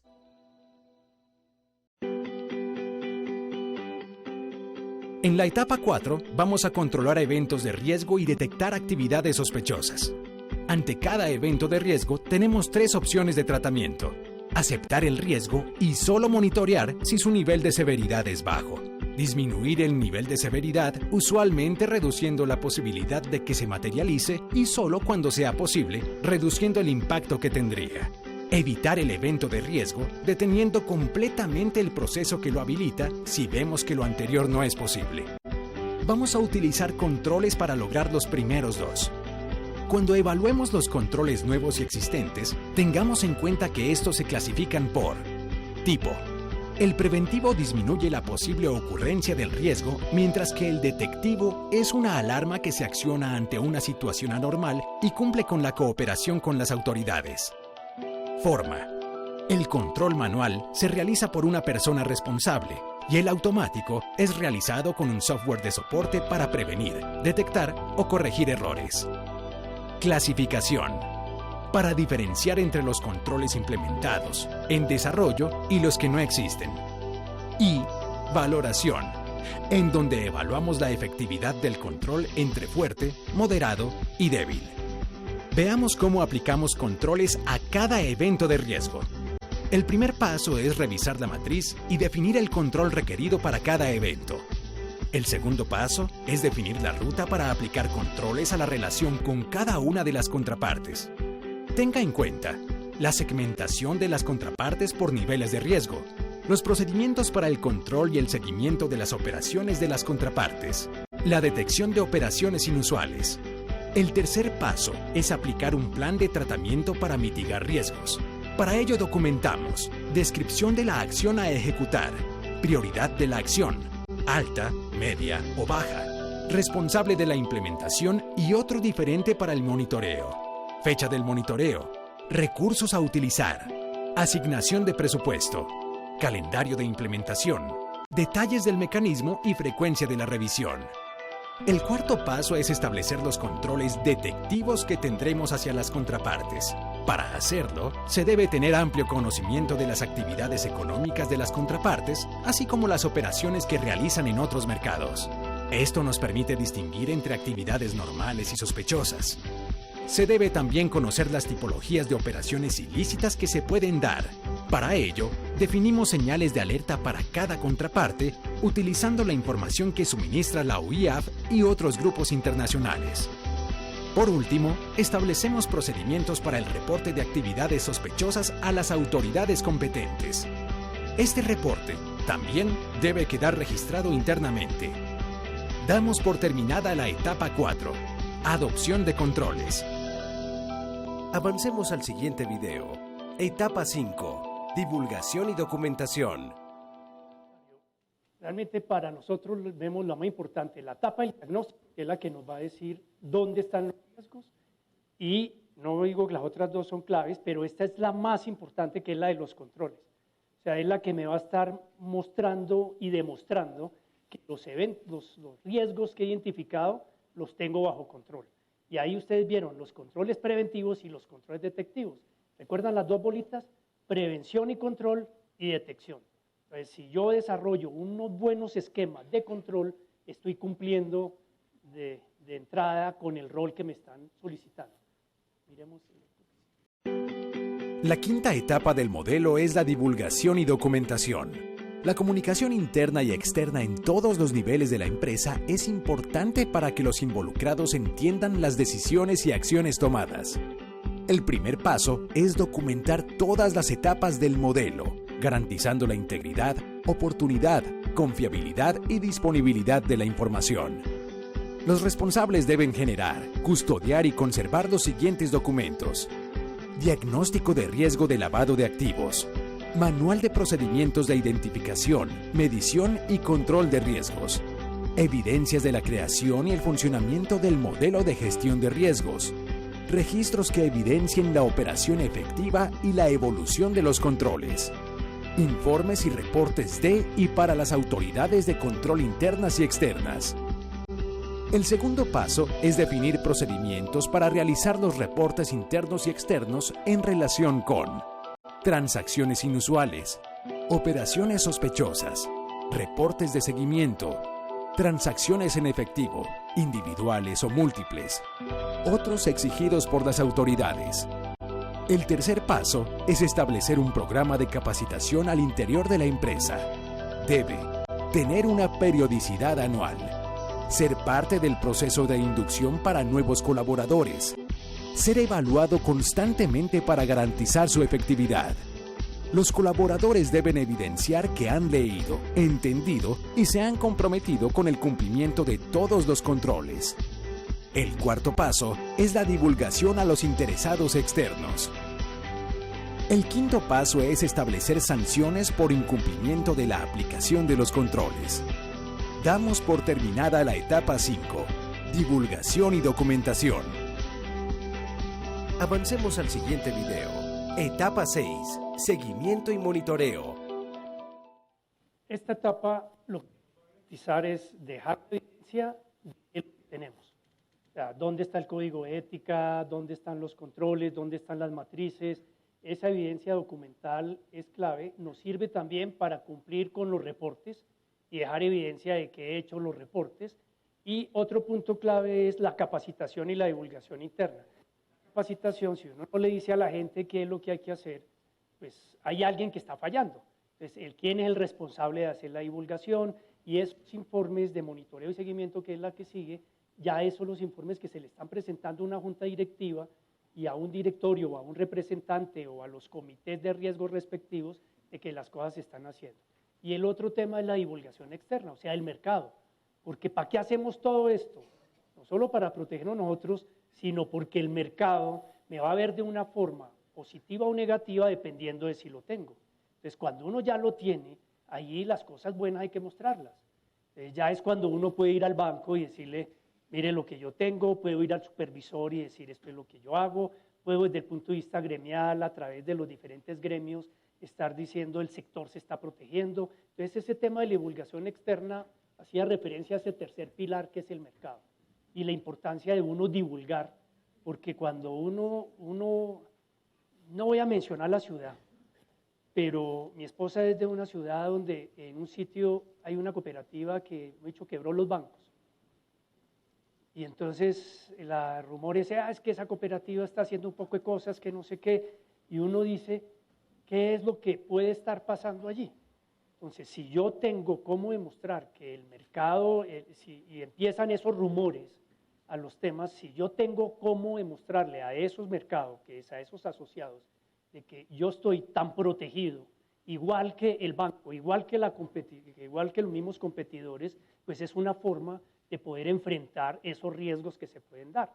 Pero si efectivamente no los tengo y empiezan esos rumores, va a llegar una superintendencia y va a comenzar a mirar, y ahí ese tipo de situaciones pueden llegar a afectar. Entonces, el mercado y esa divulgación externa, en las metodologías hay una cosa que llamamos interesados externos. Y esos interesados externos vienen desde las autoridades hasta todos los con los cuales yo tengo algún tipo de relación o negocio. Y por último, y ya con esto, en estos 3 minutos, dura otros 3 minuticos, que es monitoreo y seguimiento. La sexta etapa es el seguimiento o monitoreo. Este proceso debe facilitar la rápida detección y corrección de cualquier deficiencia y a la vez debe garantizar que todos los controles estén funcionando de manera oportuna y efectiva. Cualquier cambio en los factores y eventos de riesgo puede afectar su nivel de severidad, probabilidad e impacto, así como el costo de las opciones de tratamiento. Por tanto, es necesario repetir el ciclo de gestión de riesgo. Esto se denomina autoevaluación de riesgos y controles. En general, su empresa debe revisar y evaluar regularmente la suficiencia del proceso de administración de riesgos y de los controles para corregir cualquier deficiencia detectada. Damos por terminada la etapa 6, seguimiento y monitoreo. ¡Felicitaciones! Ya tiene una idea básica de lo que debe hacer para proteger a su empresa de los riesgos de lavado de activos.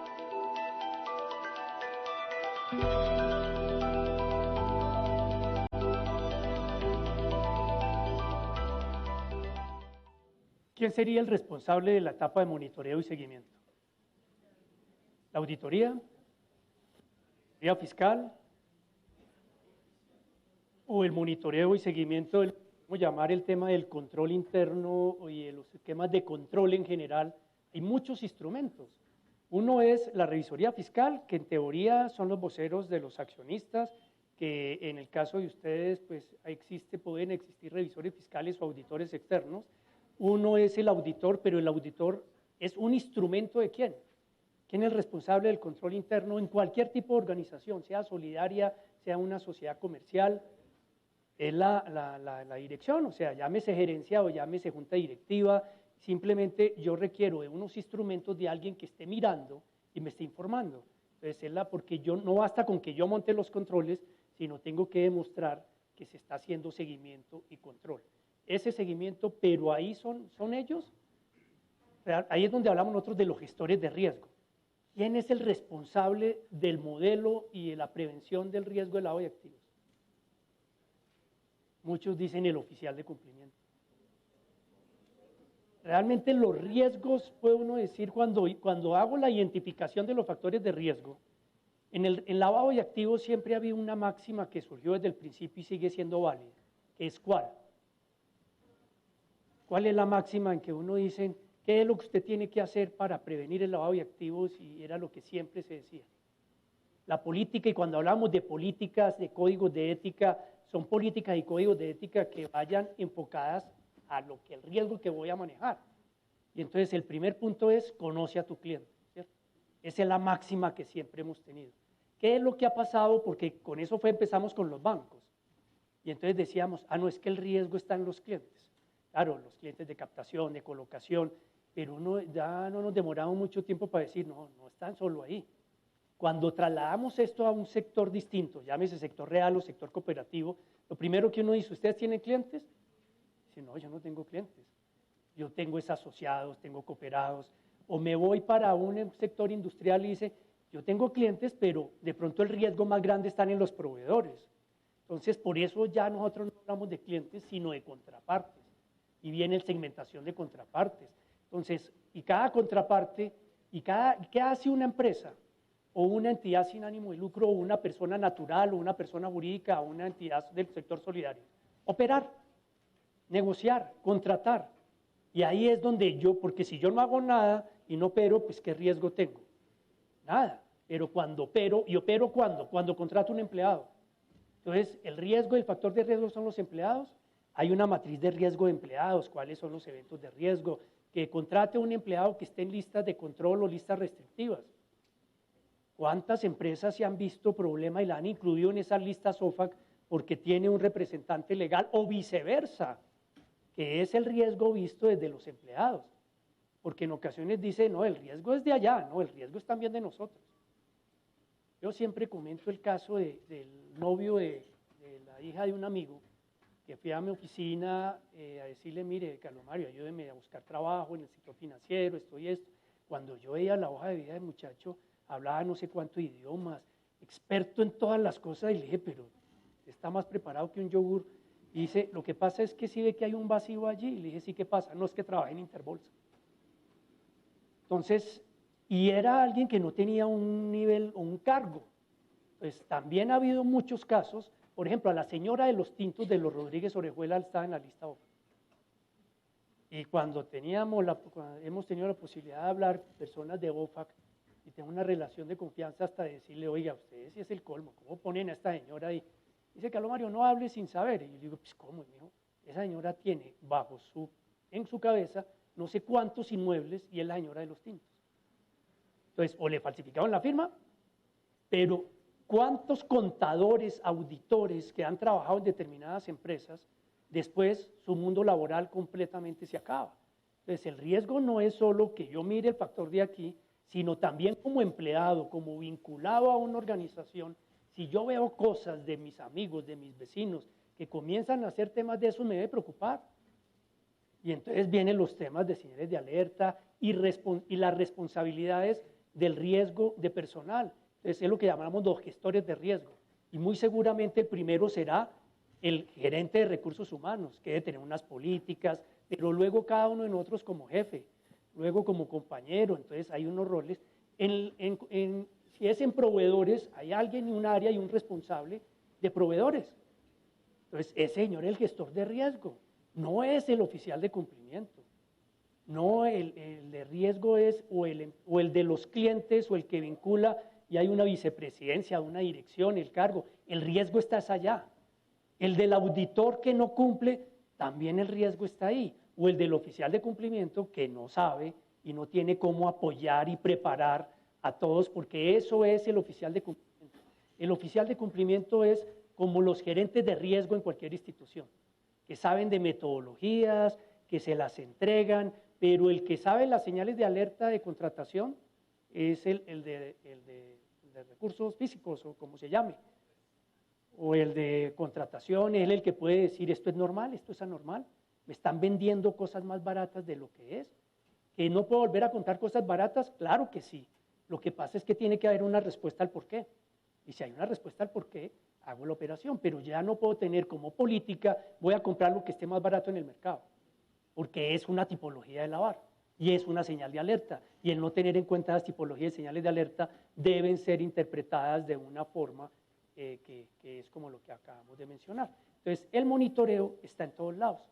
Y en ocasiones también puede ser un monitoreo externo.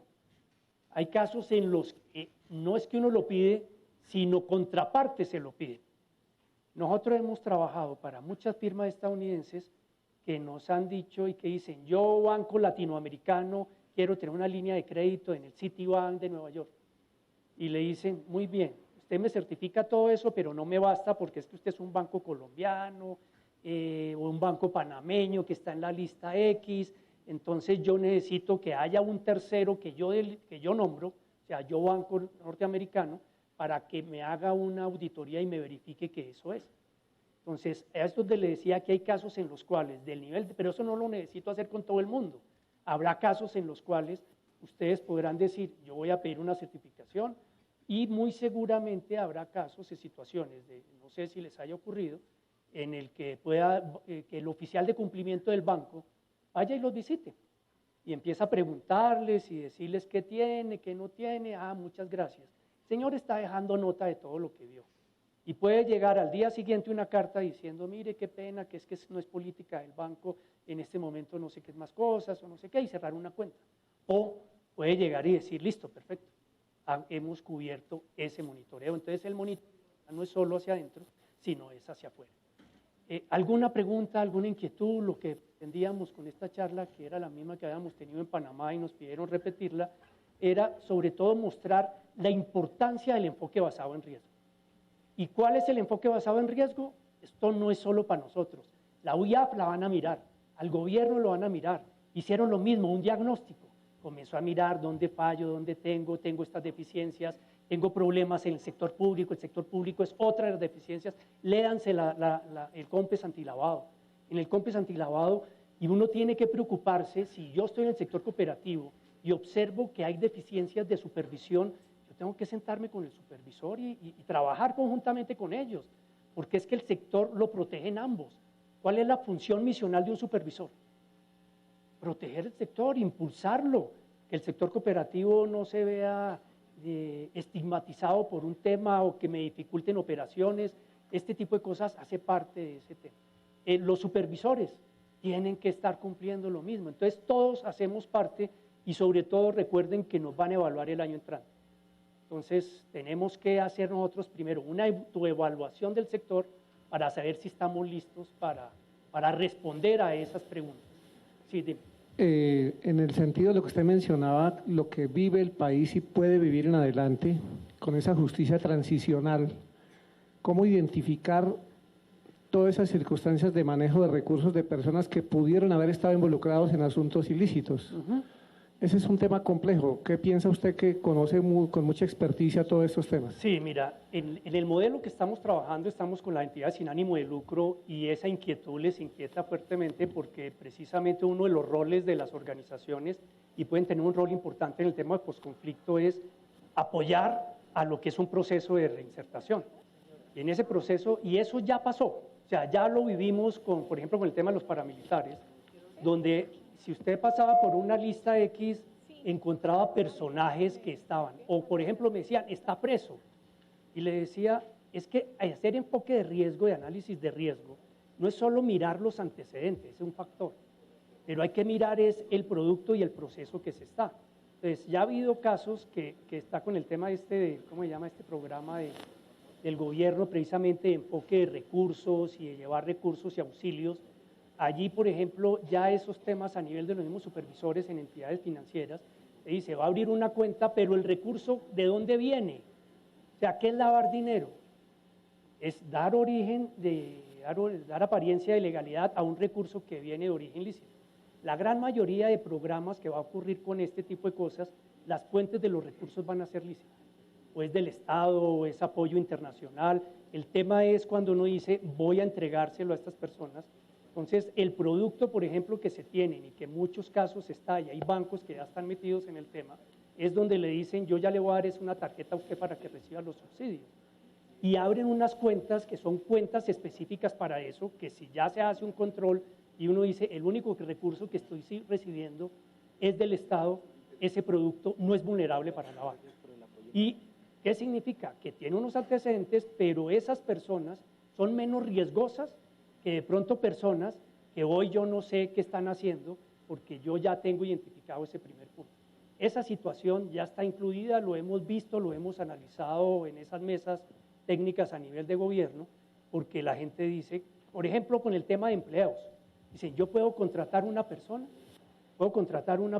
o que puedo incluirlo como en el sector cooperativo a alguien que esté en este tema. Es un elemento que implica un factor de riesgo. Pero por eso alguien que esté en una lista de control, en ocasiones dice, está en una lista de control, yo no trabajo con él. Una lista de control es, por ejemplo, la Contraloría. Y yo trabajé en el sector público, no me he revisado si estoy, pero pudo haber sido que me digan, usted no devolvió la cocedora y me inicien un proceso de responsabilidad fiscal. Y yo encuentre y diga, no, entonces ahí es donde puedo estar, o puedo estar sancionado por la Procuraduría por un tema que estoy discutiendo. O sea, tampoco quiere decir que esa lista, pero sí son elementos que yo debo mirar y debo tener en cuenta. Pero si en la lista de Contraloría resulta que es que la responsabilidad fiscal que yo tengo es por miles de millones de pesos, porque dejé de construir no sé qué cosa y tengo un proceso penal por corrupción, ahí el tema es distinto. Pero todo ese punto se maneja con ese tema, con enfoque basado en riesgo. Por ejemplo, los PEPs. Todos los PEPs son gente de alto riesgo. Entonces uno dice, las cuentas de nómina, el presidente de la República es el principal PEP del país, pero yo tengo en la cuenta de nómina, y en la cuenta de nómina, ¿qué estoy recibiendo? El sueldo que viene del Estado. Entonces cuando yo hago el análisis del producto, ese producto, que es una cuenta de ahorros, pero que tiene esta característica, es de más bajo riesgo que la cuenta de nómina de una empresa que trabaje en una actividad económica distinta en lo que estaba. Pero cuando uno dice PEP, no, es que es riesgoso. No, si en esa cuenta el presidente empieza a mover transferencias internacionales, pero eso ¿cómo lo detecto? Con los controles. pero al momento de haber hecho la medición del producto, ese producto es el que menos riesgo tiene de lavado de activos. Sí, se mantiene como es, por eso hablan de los perfiles del cliente y los perfiles de la operación. Entonces, cada caso hay que mezclarle todo ese tipo de situaciones. Lo mismo, no es igual el crédito que la operación de captación. El crédito, ¿cómo uno dice? ¿Uno puede lavar con crédito? Entonces, ¿cómo? Si es que los recursos que yo tengo son de origen lícito, sí, pero lo que yo recibo de pronto no lo es. O recibo una garantía que puede tener un problema de extinción. O los activos, por ejemplo, otra cosa, ¿qué cuidado estamos teniendo con los bienes que recibimos de garantía o que compramos? Digo, no, es que yo hice el estudio de títulos, pero es que el estudio de títulos no hay que mirar únicamente si la tradición está bien, si no tiene limitaciones, sino si en la cadena puede haber algún evento que pueda dar lugar a eso. Pero ese punto ya está mirado, está visto y ya hay antecedentes en los cuales, repito lo que le decíamos la semana pasada a las entidades sin ánimo de lucro, lo que hace usted es aplicar enfoque basado en riesgo. Lo va a contratar como empleado. La señora decía, sí, pues yo no lo pongo a manejar la tesorería, ni a manejar el tema, pero entonces ahí es donde uno dice, yo trabajé en la Sobancaria hace muchos años y puse el mismo ejemplo. Y yo reviré con un banco que nosotros hacíamos los análisis psicotécnicos y revisábamos las visitas domiciliarias y decía, personas que trabajen en tal barrio de Medellín no son empleados.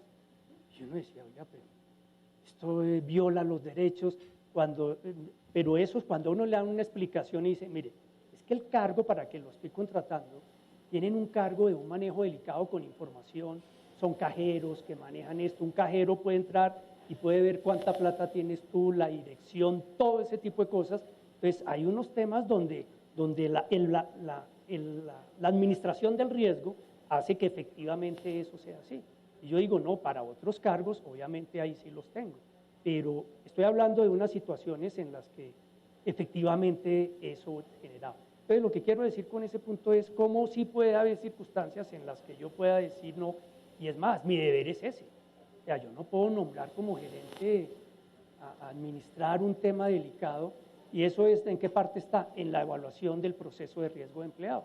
¿Podré contratar personas? Sí, pero tampoco la voy a poner a manejar situaciones que son de alto riesgo, o le voy a hacer un seguimiento mayor, porque tampoco podemos olvidarnos, y puedo abrir la cuenta, pero si en la cuenta comienza a haber un poco de cosas, ahí es donde aplico el control. Y el Estado, las mismas normas, ya existen, por ejemplo, la circular básica jurídica de la SUPER, ya existen normas de ese tipo, que se llaman normas de cuentas, no me acuerdo el nombre, de cuentas de bajo valor, que tienen estos temas y permiten hasta con sistemas de control de tarjetas. Entonces, el sistema, la plata puede estar ahí. Pero ese punto va y se controla con enfoque basado en riesgo. No sé si quedó claro el tema. ¿Alguna otra inquietud? Bueno, la pregunta era la misma, que con el tema de la inclusión laboral, pues las personas que estuvieron antes involucradas en estos procesos, hoy en día, pues nosotros las empresas hemos abierto las puertas. Es correcto. La pregunta es, cuando a mí me aparece en el reporte, me aparece en la lista vinculante, ¿debo reportar la existencia de esa persona en mi base de datos? Muy bien, es muy clave porque cuando se hablan de listas restrictivas y listas de control, hay listas de listas. Por ejemplo, la lista OFAC, que es la de la lista clínica. Si están en la lista OFAC, por favor, no lo hagan. No lo hagan. Y eso ya constitucionalmente está resuelto. Se dice, es una imposición del gobierno estadounidense donde dice que esas personas son una amenaza para la seguridad de los Estados Unidos, pero la consecuencia es que cualquier extranjero que tenga alguna relación con eso lo meten en la lista. Entonces, se pueden estar violando los derechos individuales fundamentales de esa persona, sí, pero estoy aplicando riesgo. Entonces, hay una causal objetiva, hay algo que justifica constitucionalmente y la Corte ha dicho, hay dos intereses involucrados. Uno que es el interés individual y el otro el interés general que puede estar involucrado con tus asociados, con todos. Ya puedes afectar al sector y ya constitucionalmente se ha dicho. Pero como decía, hay listas de listas. Hay otras en las que tú tienes que saber cómo administrarlas. Y las listas de reinsertados es como cuando alguien estuvo preso y ya no lo estuvo. Entonces uno dice, es que este estuvo preso, el señor tiene derecho a estar, pero vuelve el mismo punto. ¿Para qué es lo que estás haciendo con él? ¿Qué es lo que estoy contratando con él? hasta el punto que en ese caso ya no habría una causal objetiva y el supervisor también tiene que decir, oiga, un minuto, administre bien el riesgo. Por ejemplo, entidades financieras que dicen, yo no trabajo con el sector cooperativo. Eso no es legalmente viable. Lo que sí puede hacer es decirle, yo hago un análisis de riesgo y veo que el sector cooperativo es vulnerable, está sujeto obligado, y sí puede decir, yo no trabajo con una entidad cooperativa que no me cumpla con estos controles, que me certifique y me demuestre que tiene un sistema de prevención, que tiene esto, que está en área geográfica de tal cosa. Yo no trabajo con él si además de eso no permito que mi oficial de cumplimiento vaya y mire, no permito si usted no me da información de qué tipo de controles tiene con sus asociados, porque recuerden que ahí hay otra máxima que se ha hablado, el tema de conoce al cliente de tu cliente o conoce al cliente de la contraparte de tu contraparte. Algo parecido a lo que pasa con el sector cooperativo es lo que le pasa a la banca estadounidense con la banca colombiana, porque cuando hablo de una banca corresponsal es que yo llevo la plata de mis clientes y lo llevo allá. Entonces allá me dicen, usted me está cogiendo sus platas y lo está trayendo aquí, entonces yo necesito saber, y no me va a pedir que me diga quién es Pedro, quién es Juan, sino qué controles tiene usted, porque esa es la plata que me está trayendo. Entonces la respuesta es, sí es viable y sería hasta ilegal si uno toma como política decir yo no trabajo con personas reinsertadas, porque una reinsertada es simplemente no lo vamos a meter presos, pero la diferencia es la misma, tuvo un pasado y ese pasado también, o sea, hay que administrar el riesgo. Bueno, otro riesgo que nosotros observamos allá, que es con la destinación del crédito, es que hoy la destinación del crédito por parte del asociado. El destino. Hoy en día, pues hace mucho rato en Colombia existe el famoso gota a gota, ¿cierto? Que por el correo roto dicen que esa plata, de dónde viene ese dinero, que conocemos que en muchas regiones es muy fuerte. Hoy en día las nóminas casi todas son bancarizadas y porque conocemos de casos de que el gota a gota tiene la tarjeta débito con que la persona cobra. ¿Sí? Entonces, si uno le hace el pago de su cheque, de un crédito de libre inversión por $1 millón, uno desconoce la destinación final. ¿Cómo controlar eso? Sí. Eso tiene que ver con el tema de financiación del terrorismo, porque una cosa es el origen y otra cosa el destino. Entonces, en el destino, el lavado es cuando, 5 minutos tenemos. El lavado es cuando es de origen ilícito, pero en este caso tú no tienes la duda de dónde es, sino qué va a hacer con ese dinero. Entonces, en el tema del financiamiento del terrorismo es casi imposible uno saber eso en qué va a terminar. Hay muchas cosas y hay productos en los cuales son menos vulnerables porque yo sí tengo la posibilidad de controlar para dónde va el recurso. Por ejemplo, cuando son créditos con una destinación específica, como el tema de vivienda, temas de créditos de educación, crédito de salud, entonces uno dice, se lo estoy entregando y sí puedo decir, pero es que va para esta fundación y ahí puedo mirar cosas. Pero en los que son de eso libre inversión, ahí yo no tengo cómo ni tengo que llegar al extremo de decirle usted qué está haciendo con esa plata. Otra cosa es que tenga conocimiento de información y me haga el bobo, como lo que podía haber pasado con el tema de David Murcia. ¿Cuál? ¿Alguno de ustedes hizo negocios con David Murcia? Porque ahí es el tema del destino, de donde uno dice, esa plata, ¿para dónde iba y de dónde venía? Y yo conocía o tenía elementos de cómo conocer. Y ahí era donde hay bancos que también lo deben hacer. O sea, si observan, en ocasiones a mucha gente le cancelan sus cuentas porque tienen una cuenta y empiezan a hacer consignaciones y terceros y no sé qué. Y en ocasiones le dice, mire, esto no es una cuenta de recaudo, sino es una cuenta de ahorro. Entonces, si usted quiere el servicio de recaudo, hagamos esto y entonces yo ya le cobro por el recaudo y le doy informaciones y cosas de ese tipo. Eso pues, es un tema más comercial, porque me dice, venga y me paga.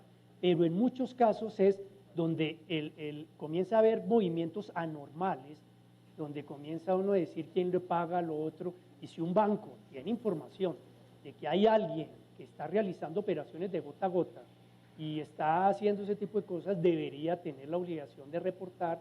Y el otro punto, que es algo que brinqué, es el tema del deber de abstención. Temas de prevención de lavado de activos, a veces la gente dice, yo hago y reporto. No, hay casos en los cuales las cosas ya pasaron y que yo los detecté y reporto. pero ahí también viene un deber de atención y un deber de mirar si yo sigo o no sigo con la cuenta, o sigo o no sigo con el asociado, porque ahí sí ya tengo la información. Entonces todo depende de la información que tú tengas y que legal y operativamente en las condiciones normales de un negocio tú conozcas. Yo no sé, por ejemplo, asociados en cuentas de ahorro para tener una cooperativa, pero un banco, yo conozco bancos con 4 o 5 millones de cuentas de ahorro. Entonces uno no puede pretender, entonces hay segmentaciones. Entonces uno dice cuentas que están en tal cosa, entonces ese control yo no me pongo a mirar. Pero si hay un personaje que ya me pasa de tal nivel, ese señor yo sí tengo que verlo con más cuidado. Eso es enfoque basado en riesgo. Y eso es lo que llamábamos y lo que decíamos en el video de la segmentación de las contrapartes. Pero en casos como los que tú dices, yo no, si me entero es otra cosa, pero no estoy mucho, mi deber tampoco llega hasta allá de ir a mirar hasta si es de origen lícito o ilícito, y es otra cosa muy importante. El rol del sector privado no es ver si eso es narcotráfico o no, eso le corresponde a las autoridades. Nuestro rol es lo del video, lo de los niños. ¿Por qué? ¿Por qué esto? ¿Qué ocurrió? ¿Hay algo anormal? Ese es nuestro rol. Y poder obtener información, y hay una cosa que es también información con los asociados, que es lo que le pasa a uno cuando era cliente del banco y uno le dice, cuando un gerente de banco le pide información de todo, entréguele la información. Porque si ¿qué va a hacer? Dice, hay una señal de alerta que no fue declarada y lo que va a hacer es que me va a reportar a la OIAP. Y la OIAP va a comenzar a hacer un poco de cruces y va a llegar a decir, ah, sí, este señor no estaba lavando, diga, pero usted no declaró este bien, usted no hizo esto, y hay cosas que termina uno enredado por otro tipo de temas. Y eso también hace parte de esa educación financiera, esa educación del asociado de decirle, protéjase usted mismo porque en ocasiones prestan las cuentas. Y dicen, sí, mire, es que va a hacer esta consignación, le voy a hacer un giro, y todo ese tipo de cosas, uno no le presta, aquí el término que usar no es políticamente correcto. O sea, uno no presta las cuentas a personas que no conoce y, en conclusión, no la debería conocer. Les voy a contar un caso. Yo tengo un primo que se llama Libardo Serna. Fue árbitro.